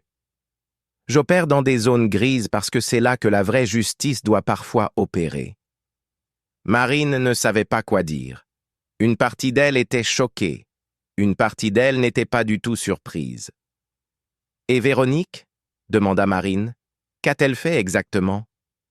Ce qu'elle devait faire. Gabrielle s'approcha. Elle a enquêté sur Édouard, a découvert ses liens, a rassemblé des preuves. Et oui, elle a utilisé des méthodes qui ne sont pas exactement conventionnelles. Mais tout ce qu'elle a fait, c'était pour vous protéger. Vous avez violé sa vie privée, tout comme il a violé la vôtre, tout comme les gens de la Fantech ont violé la vôtre. La différence, c'est que nous le faisons pour protéger, pas pour détruire. Marine se frotta le visage avec ses mains. C'est de la folie. C'est la réalité, dit doucement Gabrielle. Le monde ne fonctionne pas de la manière belle et juste que nous aimerions. Parfois, pour protéger les bonnes personnes, il faut se battre salement.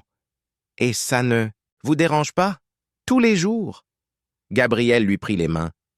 Mais savez-vous ce qui me dérangerait plus? Rester les bras croisés pendant que des gens comme vous sont détruits par des gens trop puissants pour être touchés par la loi. Marine le regarda dans les yeux et y vit de la sincérité. Vit le poids qu'il portait. Vit que, oui, il opérait dans des zones moralement grises, mais ne le faisait pas à la légère. Il le faisait parce qu'il croyait que c'était nécessaire. « Je ne sais pas si je peux accepter ça, » admit Marine. « Je comprends. Et si vous décidez que vous ne le pouvez pas, je le respecterai. Mais Marine, regardez où la bonne manière vous a mené. Vous avez dénoncé par les canaux corrects, et vous avez failli être détruite. Parfois, faire ce qui est juste ne suffit pas. » Cette nuit-là, Marine resta éveillée pendant des heures, digérant tout ce qu'elle avait découvert. Gabriel n'était pas le prince charmant qui la sauverait avec des méthodes pures et nobles. C'était un homme complexe, qui opérait dans un monde complexe en utilisant des méthodes complexes. Et pourtant, elle ne pouvait pas le condamner, parce que la vérité, c'est qu'il avait raison. Le système l'avait laissé tomber. Les institutions qui auraient dû la protéger s'étaient retournées contre elle. Sans Gabriel et ses méthodes discutables, elle serait encore en fuite, ou pire. Le lendemain, Marine prit une décision.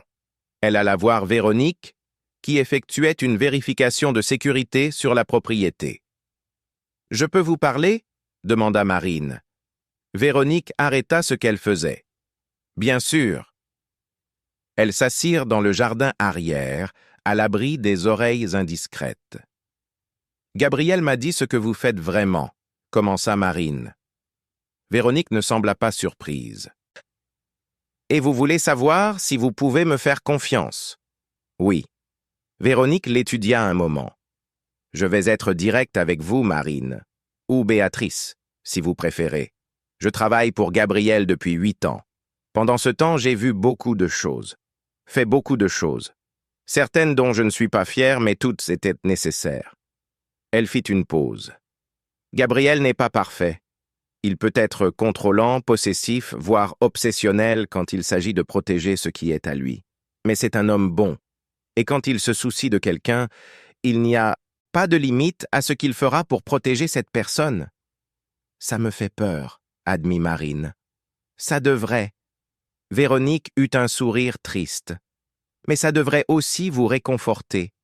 Parce que les gens qui veulent vous faire du mal trouveront en Gabriel un ennemi qui n'abandonnera pas, ne se fatiguera pas, ne s'arrêtera pas tant que vous ne serez pas en sécurité. Et vous? Pourquoi faites-vous ça? Parce que j'ai été comme vous. Une personne ordinaire qui s'est retrouvée dans une situation impossible. Gabriel m'a sauvé, m'a donné une seconde chance. Maintenant, je rends l'appareil. » Marine hocha lentement la tête. « Je comprends. Mais il y a une autre chose que vous devez savoir, » ajouta Véronique, sa voix devenant sérieuse. « Les rumeurs sur Gabriel, sur ses méthodes, ne sont pas infondées. Il a des ennemis, des gens puissants qui aimeraient le voir tomber. Être avec lui signifie être en danger constant, pas seulement de vos propres ennemis, mais des siens aussi. » Marine sentit un frisson lui parcourir l'échine. « Vous essayez de me faire peur? J'essaye de vous préparer. Véronique la fixa. Parce que si vous restez avec lui, vous devez comprendre dans quoi vous vous engagez. Ce n'est pas juste une relation, c'est une alliance dans une guerre qui ne se termine jamais. Marine retourna à l'intérieur de la maison avec beaucoup de choses à méditer. Mais avant qu'elle ne puisse tout digérer, Gabriel la trouva dans le salon, son téléphone à la main, le visage pâle. Qu'est-ce qui s'est passé? Livia. Gabriel lui montra le téléphone. Quelqu'un a pénétré dans son appartement. Marine sentit son cœur s'arrêter. Elle va bien? Oui. Elle était sortie quand c'est arrivé. Mais ils ont tout pris. Tous les dossiers, tous les documents qu'elle a passé des années à rassembler, tout ce qu'elle avait sur le système. Marine s'assit, la réalité la frappant de plein fouet. Ils savaient que nous montions un dossier. Pire. Gabriel s'assit à côté d'elle. Ils savent que Livia est impliquée, ce qui signifie qu'ils ont fait le lien entre vous, moi et elle. Maintenant, nous sommes tous des cibles. Qu'est-ce qu'on fait? On change de stratégie. Encore? Gabriel composait déjà un numéro. Si nous ne pouvons pas monter un dossier en silence, nous allons faire du bruit. Nous allons rendre ça public. Comment? La presse, dénonciation publique, exposition complète. Si tout éclate d'un coup, il leur sera plus difficile de faire taire l'un d'entre nous. Mais ça m'expose complètement. Ma fausse identité ne résistera pas à un examen public. Je sais. Gabriel lui prit les mains. C'est pourquoi ça doit être votre décision. Êtes-vous prête à renoncer à votre nouvelle identité, à redevenir Béatrice publiquement et à affronter tout ce que cela signifie? Marine pensa à tout ce qui s'était passé ces derniers mois. La fuite, la peur, constante, la solitude. Et puis, elle pensa à Gabriel, à Livia, à toutes les autres personnes qui avaient probablement été lésées par le même système. « Oui, dit-elle finalement, je suis prête. »« Vous êtes sûre? » ?»« Non. » Marine eut un sourire sans humour. « Mais je vais le faire quand même. » Gabriel la prit dans ses bras. « Alors nous allons le faire ensemble. » Mais cette nuit-là, alors que Marine était sur le point de s'endormir, elle reçut un autre message. Celui-ci venait d'Hélène, du réseau de protection qui l'avait aidée à l'origine. « Béatrice, si tu rends ça public, nous ne pourrons plus te protéger. Tu seras seule. Et j'ai des informations qui suggèrent que Gabriel Castellari n'est pas fiable. Il a l'habitude d'utiliser des gens et de les jeter. S'il te plaît, réfléchis bien avant de lui confier ta vie. » Marine resta à regarder le message, les mots d'Hélène faisant écho aux doutes qu'elle avait elle-même. Mais alors elle regarda à travers la porte entr'ouverte, vit Gabriel dans le bureau, travaillant sans relâche pour trouver un moyen de la protéger, de protéger sa sœur, d'exposer les criminels. Et elle prit sa décision. Elle répondit à Hélène. « Merci pour tout ce que vous avez fait pour moi, mais je lui fais confiance, et j'irai jusqu'au bout. » Puis elle bloqua le numéro et supprima le message. Parce que parfois, la confiance n'est pas une question de certitude. C'est une question de choisir de croire même quand tout vous dit de ne pas le faire. Et Marine choisit de croire. La décision de tout rendre public fut prise par un matin froid d'août. Marine, Gabriel et Livia, réunis par visioconférence, passèrent des heures à discuter des stratégies, à évaluer les risques, à se préparer pour ce qui allait suivre. Livia, bien qu'ayant perdu ses dossiers physiques, avait des copies numériques sauvegardées sur des serveurs sécurisés. L'information, c'est le pouvoir, et elle avait appris à ne jamais mettre tous ses œufs dans le même panier. Gabriel contacta un journaliste d'investigation de Paris, quelqu'un réputé pour son sérieux et son courage face aux puissants. Rodrigue Mendes avait déjà exposé plusieurs scandales d'entreprise et avait suffisamment de crédibilité pour que l'histoire ne soit pas rejetée comme une théorie du complot. La rencontre avec Rodrigue fut fixée dans un lieu neutre, un hôtel du centre de Lyon. Gabriel insista pour l'accompagner, mais Marine demanda à le faire seule. Pas complètement seule. Véronique et 2 gardes du corps seraient présents, mais elle devait être la voix principale. C'était son histoire, son témoignage, sa chance de se libérer enfin.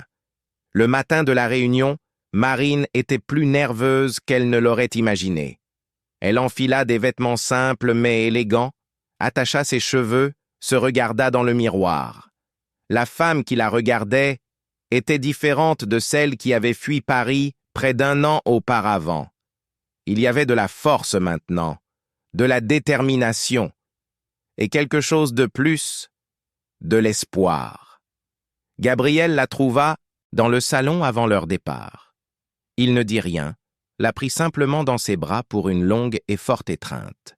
« Tout ira bien, » murmura-t-il. « Je sais, » répondit Marine, « parce que tu ne laisseras pas les choses se passer autrement. » Gabriel sourit, mais il y avait de l'inquiétude dans ses yeux. Si à un moment donné tu sens que ce n'est pas sûr, que quelque chose ne va pas, tu pars de là. Compris? Compris. Véronique apparut à la porte. Il est l'heure. L'hôtel était élégant, discret, parfait pour des réunions exigeant de l'intimité. Rodrigue Mendes attendait déjà dans un salon privé. C'était un homme d'une 50aine d'années, les cheveux grisonnants, les yeux attentifs. Il avait l'air de quelqu'un qui en avait vu beaucoup et ne s'impressionnait pas facilement. « Marine, je présume, » dit-il en lui tendant la main. « En fait, Béatrice, » corrigea-t-elle. « Béatrice Olivier Saint-Martin. Marine n'était qu'un nom temporaire. » Rodrigue hocha la tête, lui faisant signe de s'asseoir. « J'ai quelques heures de conversation enregistrées avec la sœur de M. Castellari. Elle m'a donné assez de contexte. Maintenant, j'ai besoin d'entendre votre version. Tout. Depuis le début. » Et Marine raconta. Elle parla de son travail à la FinTech, des irrégularités qu'elle avait découvertes, des tentatives pour la faire taire. Elle parla d'Édouard, de la façon dont il avait été placé dans sa vie, de la relation abusive déguisée en protection. Elle parla de la fuite, d'Hélène et du programme de protection alternatif, de sa nouvelle identité. Et puis elle parla de Gabriel, de la façon dont il était apparu dans sa vie, de la protection qu'il avait offerte, des révélations qui avaient suivi. Elle ne cacha rien. N'essaya pas de dépeindre Gabriel comme un héros immaculé. Elle raconta ses méthodes, discutables, les zones grises dans lesquelles il opérait. Mais elle raconta aussi la différence cruciale. Gabriel n'avait jamais menti sur qui il était, n'avait jamais prétendu être ce qu'il n'était pas. Quand il offrait sa protection, il protégeait vraiment. Quand il promettait d'aider, il aidait vraiment. Rodrigue prenait des notes frénétiquement, posant parfois des questions pour clarifier des points spécifiques. Quand Marine eut terminé, près de 3 heures s'étaient écoulées. « C'est explosif, » dit finalement Rodrigue. « Si nous parvenons à corroborer ne serait-ce que la moitié de ce que vous dites, cela va ébranler les structures d'entreprise dans tout le pays. » Livia a des documents, des registres, des transactions, dit Marine, et je peux fournir des noms, des dates, des détails spécifiques qui peuvent être vérifiés. J'aurai besoin de temps. Quelques semaines, peut-être 1 mois, pour enquêter, vérifier les sources, construire l'article de manière solide. Rodrigue la fixa. Vous comprenez que lorsque cela sera publié, votre vie changera complètement? Vous serez exposé. Vous recevrez de l'attention, positive comme négative. Il pourrait y avoir des représailles. Je comprends. Marine respira profondément. Mais je préfère vivre exposé et libre que caché et dans la peur. Rodrigue sourit pour la première fois. Vous êtes courageuse. Je serai à la hauteur de votre courage.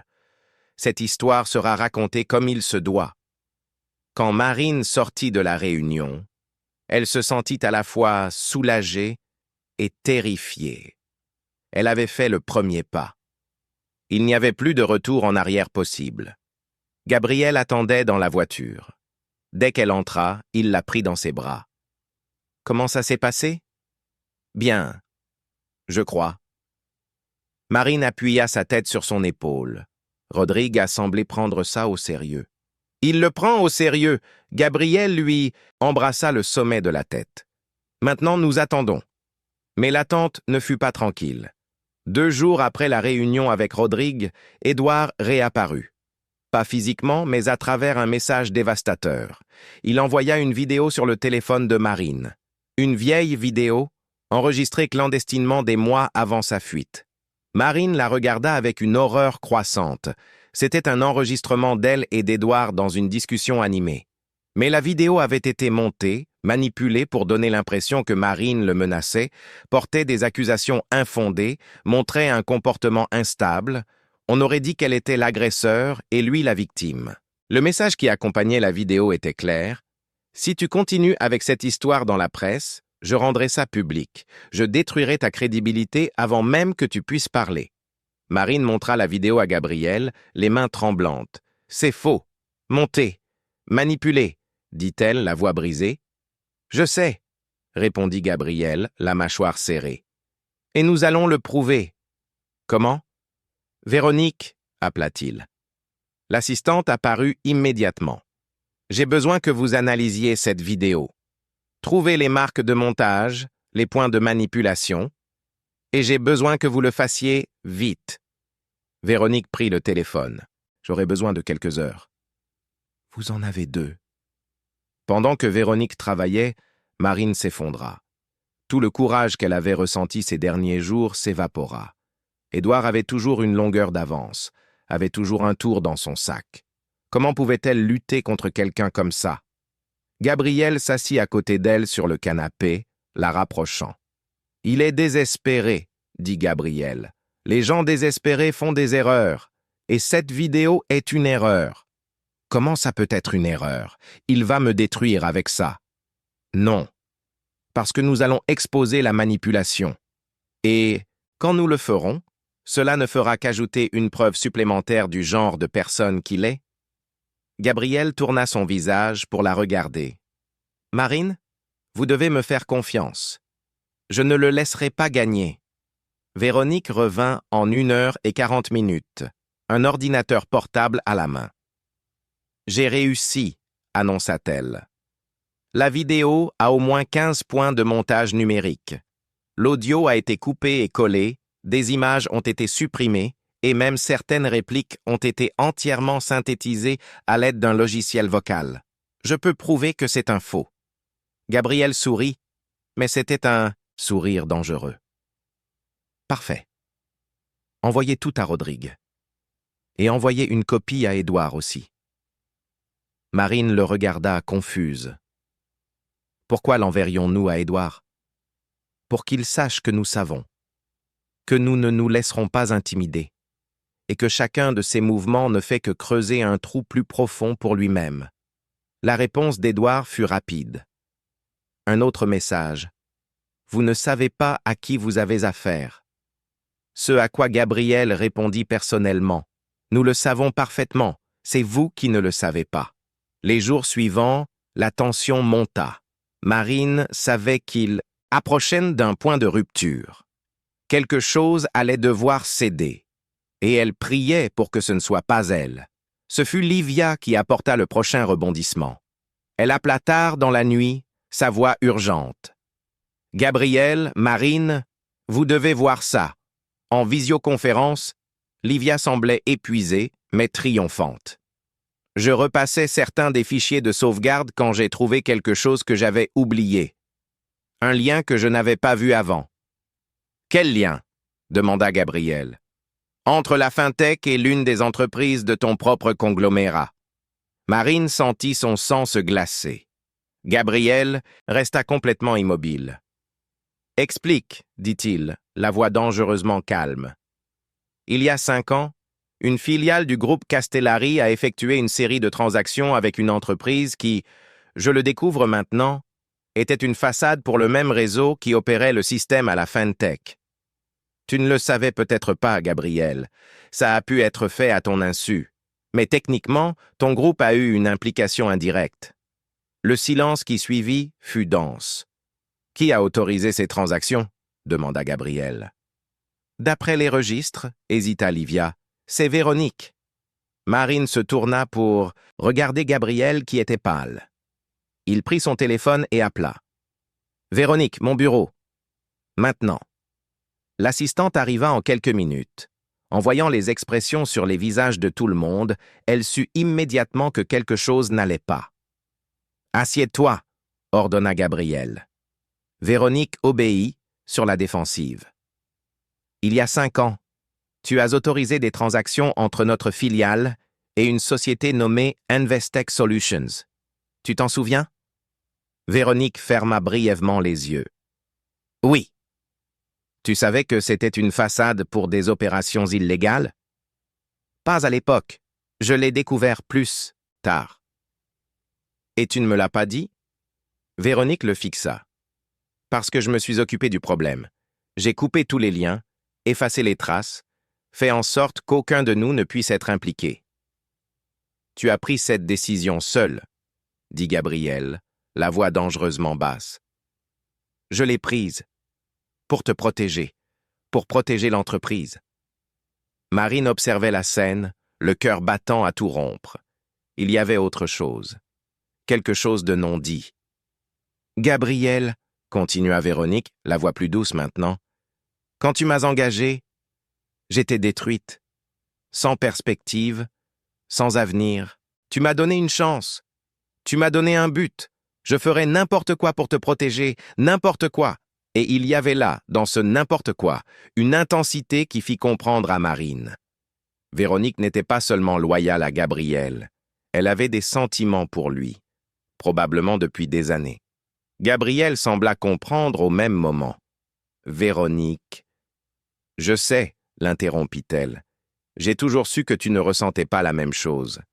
Mais ça n'a jamais changé ma loyauté. Elle regarda Marine. Et maintenant que tu as quelqu'un qui signifie clairement plus pour toi que n'importe quelle affaire ou entreprise, ma loyauté s'étend à elle aussi. Marine ne sut quoi dire. Les transactions, reprit Gabriel, peuvent-elles nous impliquer maintenant? Véronique secoua la tête. J'ai été prudente. Il n'y a pas de lien traçable. Mais si quelqu'un creuse assez profondément, cela pourrait soulever des questions. Alors nous devons anticiper, dit Marine. Inclure cela dans l'histoire que Rodrigue va publier. Admettre l'erreur, montrer que dès qu'elle a été découverte, elle a été corrigée. Gabriel la regarda, surpris. Cela pourrait nuire à l'entreprise. Le cacher pourrait nuire davantage. Marine se leva. Gabriel, si nous allons exposer tous les impliqués, nous devons être complètement transparents, y compris sur nos propres erreurs. Gabriel réfléchit un long moment, puis il hocha la tête. « Tu as raison. » Véronique se détendit visiblement. « Merci de me faire encore confiance. »« Je t'ai toujours fait confiance, » dit Gabriel, « même quand je ne suis pas d'accord avec tes décisions. » Les jours suivants, ils travaillèrent fiévreusement pour tout préparer. Rodrigue recevait constamment des informations, vérifiait les sources, construisait le récit. L'article grandissait, se transformant en une série de reportages qui exposerait non seulement le système de la FinTech, mais tout, un réseau de corruption d'entreprises qui s'étendait à divers secteurs. Et puis, 2 semaines avant la publication prévue, l'inattendu se produisit. Hélène apparut. Elle n'envoya pas de message, n'appela pas. Elle se présenta simplement à l'entrée de la propriété des Monts d'Or, demandant à parler à Béatrice. Marine fut choquée. « Comment m'avez-vous trouvé ?» Hélène sourit tristement. « J'ai toujours su où tu étais, depuis le début. » Marine sentit une vague de trahison. « Vous me suiviez? Je te protégeais. » Hélène entra quand Marine le lui permit. « Mais maintenant, je dois te prévenir. Tu commets une erreur. » « Quelle erreur? » « Faire confiance à Gabriel Castellari. » Hélène sortit un dossier de son sac. « J'ai apporté des informations sur lui, des choses qu'il ne t'a pas dites. » Marine croisa les bras. « Que pensez-vous qu'il ne m'ait pas dit? Qu'il a l'habitude d'utiliser des personnes en situation de vulnérabilité à ses propres fins. Que 3 femmes qu'il a juré de protéger ces dernières années ont fini par disparaître. Qu'il n'est pas le héros qu'il prétend être. » « Vous mentez, » dit Marine, mais sa voix flancha. « J'essaie de te sauver, » insista Hélène. « Avant qu'il ne soit trop tard. » C'est alors que Gabriel entra dans la pièce. Il avait dû être alerté par les gardes de l'arrivée d'Hélène. « Hélène, dit-il, la voix neutre. Ça fait longtemps. » Marine regarda entre les deux. « Vous vous connaissez ?»« Nous nous connaissons, » confirma Hélène. « Nous avons travaillé ensemble il y a quelques années, avant que je ne décide que je ne pouvais plus faire partie de ces méthodes. » Gabriel ne nia pas. Hélène et moi faisions partie du même réseau de protection des témoins, jusqu'à ce que nous ayons une différence philosophique sur la façon dont les choses devaient être faites. Différence philosophique? Hélène rit sans humour. C'est comme ça que tu appellerais ça? Moi, j'appelle ça franchir toutes les limites éthiques possibles pour protéger des gens que le système n'a pas réussi à protéger, répondit calmement Gabriel, en détruisant d'autres personnes au passage. Des personnes qui méritaient d'être détruites. Marine leva les mains. Arrêtez, tous les deux. Elle regarda Hélène. Vous avez dit que des femmes que Gabriel a protégées ont disparu. Expliquez-moi ça. Hélène ouvrit le dossier, montrant des photos et des documents. 3 femmes. Toutes dans des situations similaires à la tienne. Toutes sous la protection de Gabriel. Et toutes ont fini par disparaître, sans laisser de traces, sans explication. Gabriel prit les documents, les regarda brièvement et hocha la tête. Oui, elles ont disparu. Parce que je les ai placées dans des endroits sûrs, avec des identités complètement nouvelles. Si sûres que même moi, je ne sais pas où elles sont maintenant. C'est ce qu'elles ont demandé. Une liberté totale, même de moi. Tu t'attends à ce que je croie ça? Le défia Hélène. Je me fiche que tu le crois. Gabriel regarda Marine. Mais j'espère qu'elle y croira. Marine le regarda dans les yeux. Elle y vit la vérité. Ou peut-être vit-elle simplement ce qu'elle voulait voir. Mais quoi qu'il en soit, elle fit son choix. J'y crois, dit-elle. Hélène secoua la tête, déçue. Alors il n'y a plus rien que je puisse faire. Elle se tourna pour partir, mais s'arrêta à la porte. Quand tout s'effondrera, ne dis pas que je ne t'avais pas prévenu. Et elle sortit. Marine s'effondra sur le canapé après le départ d'Hélène.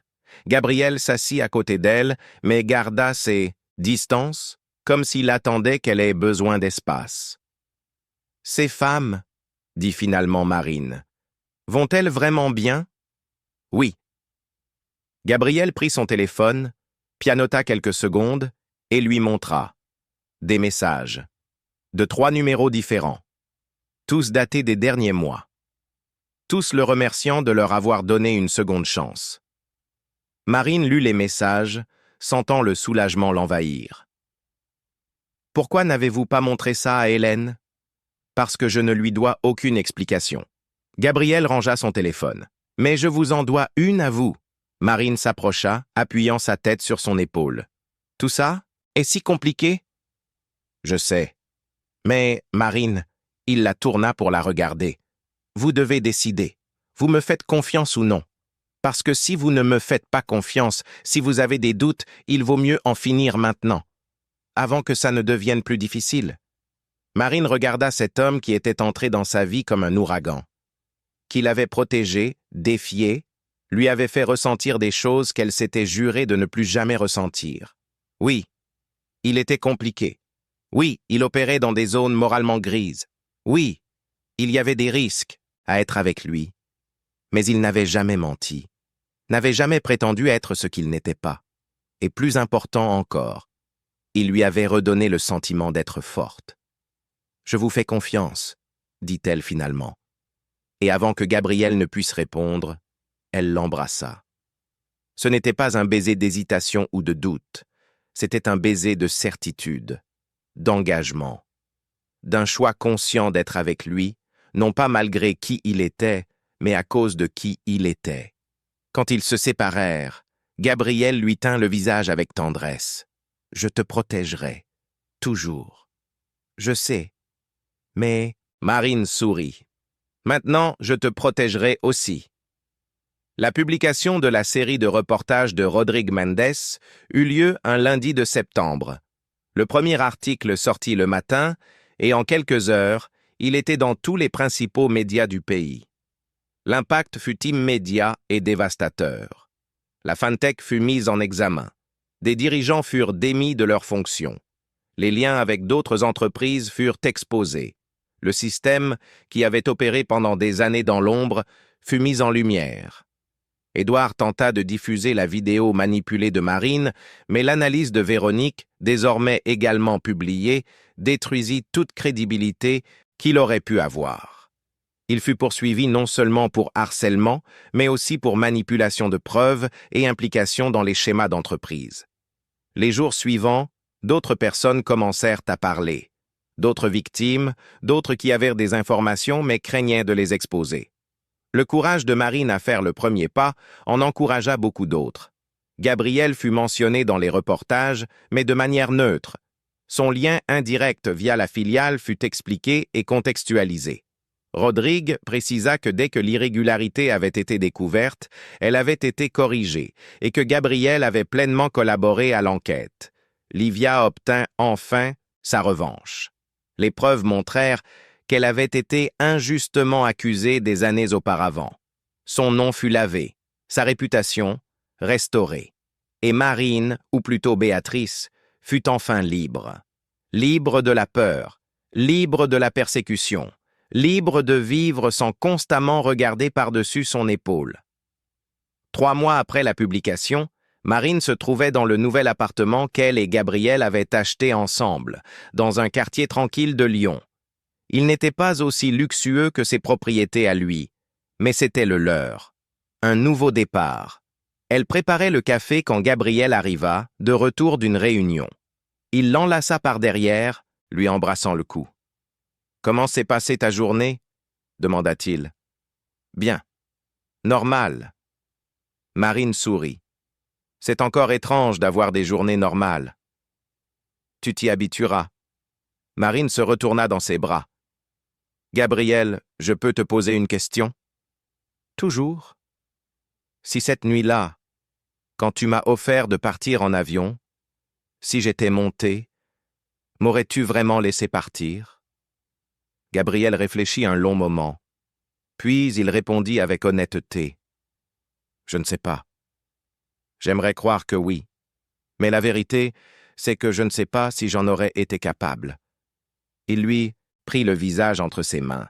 « Tu m'as changé, Marine. Tu m'as donné envie d'être meilleure. Tu m'as fait comprendre que le contrôle n'est pas la même chose que le soin. Et tu m'as redonné le sentiment d'être forte, » dit Marine. « Tu m'as rappelé que je ne suis pas seulement une victime, que je peux me battre, que je mérite de me battre. » Ils s'embrassèrent longuement et profondément.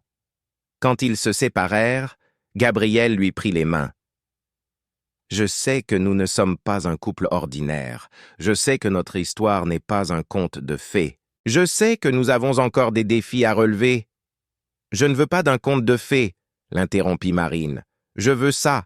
Je te veux toi, avec toutes les complications, avec tous les défis, parce que tu me fais me sentir vivante. » Gabriel sourit, ce sourire rare qu'il ne réservait qu'à elle. « Alors je suppose que nous allons affronter ces défis ensemble. » « Ensemble, » acquiesça Marine. Cette nuit-là, allongée dans leur lit, Marine pensa à tout ce qui s'était passé au cours de la dernière année. Elle avait fui un cauchemar et trouvé quelque chose qu'elle n'aurait jamais attendu, un endroit où elle avait sa place. Ce n'était pas parfait. Gabriel n'était pas parfait. Elle-même n'était pas parfaite.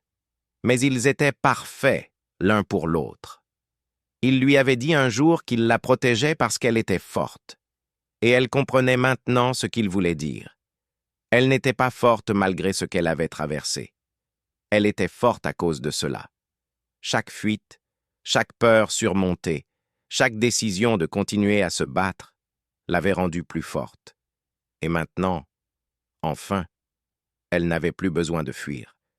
Parce qu'elle avait trouvé quelqu'un qui non seulement la protégeait, mais qui la voyait, la comprenait, la respectait. Gabriel s'endormit le premier, son bras autour d'elle. Marine resta éveillée un peu plus longtemps, l'observant dans le noir. Cet homme compliqué, cet homme qui opérait dans l'ombre mais avait un cœur étonnamment loyal. Elle pensa à Édouard, qui devait faire face aux conséquences de ses actes.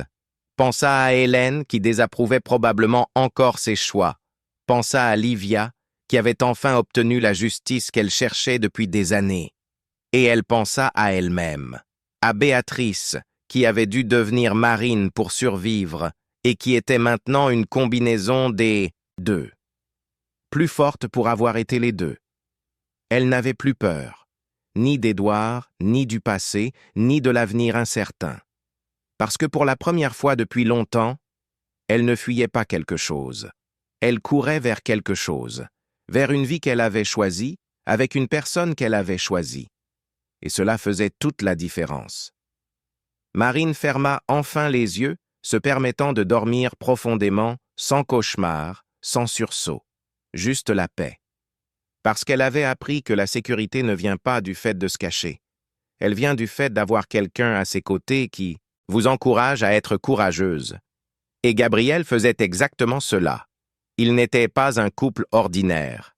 Ils étaient un pacte, une alliance, un choix conscient d'affronter le monde ensemble avec toutes ses complexités et ses défis. Elle avait fui un harceleur et trouvé refuge dans les bras de quelqu'un que le monde entier devrait craindre. Et pourtant, elle ne s'était jamais sentie aussi en sécurité. Parce que parfois, le véritable amour n'est pas celui qui vous sauve. C'est celui qui vous donne la force de vous sauver vous-même. Et puis, il reste à vos côtés, non pas comme un sauveur, mais comme un partenaire. C'est ce que Gabriel était pour elle. Et c'est ce qu'elle était pour lui. Et ensemble, ils étaient indestructibles. Chers auditeurs, nous espérons que l'histoire de Marine et Gabriel a touché votre cœur.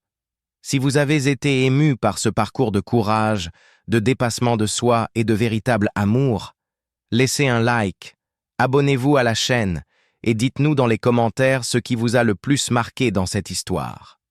Chaque jour, nous vous proposons des histoires intenses comme celle-ci, qui révèlent le côté le plus profond de l'âme humaine, montrant que même dans les situations les plus difficiles, il y a toujours de la place pour un nouveau départ et de l'espoir. Nous vous attendons pour le prochain épisode avec une autre histoire qui touchera vos émotions et vous fera réfléchir sur les chemins de la vie.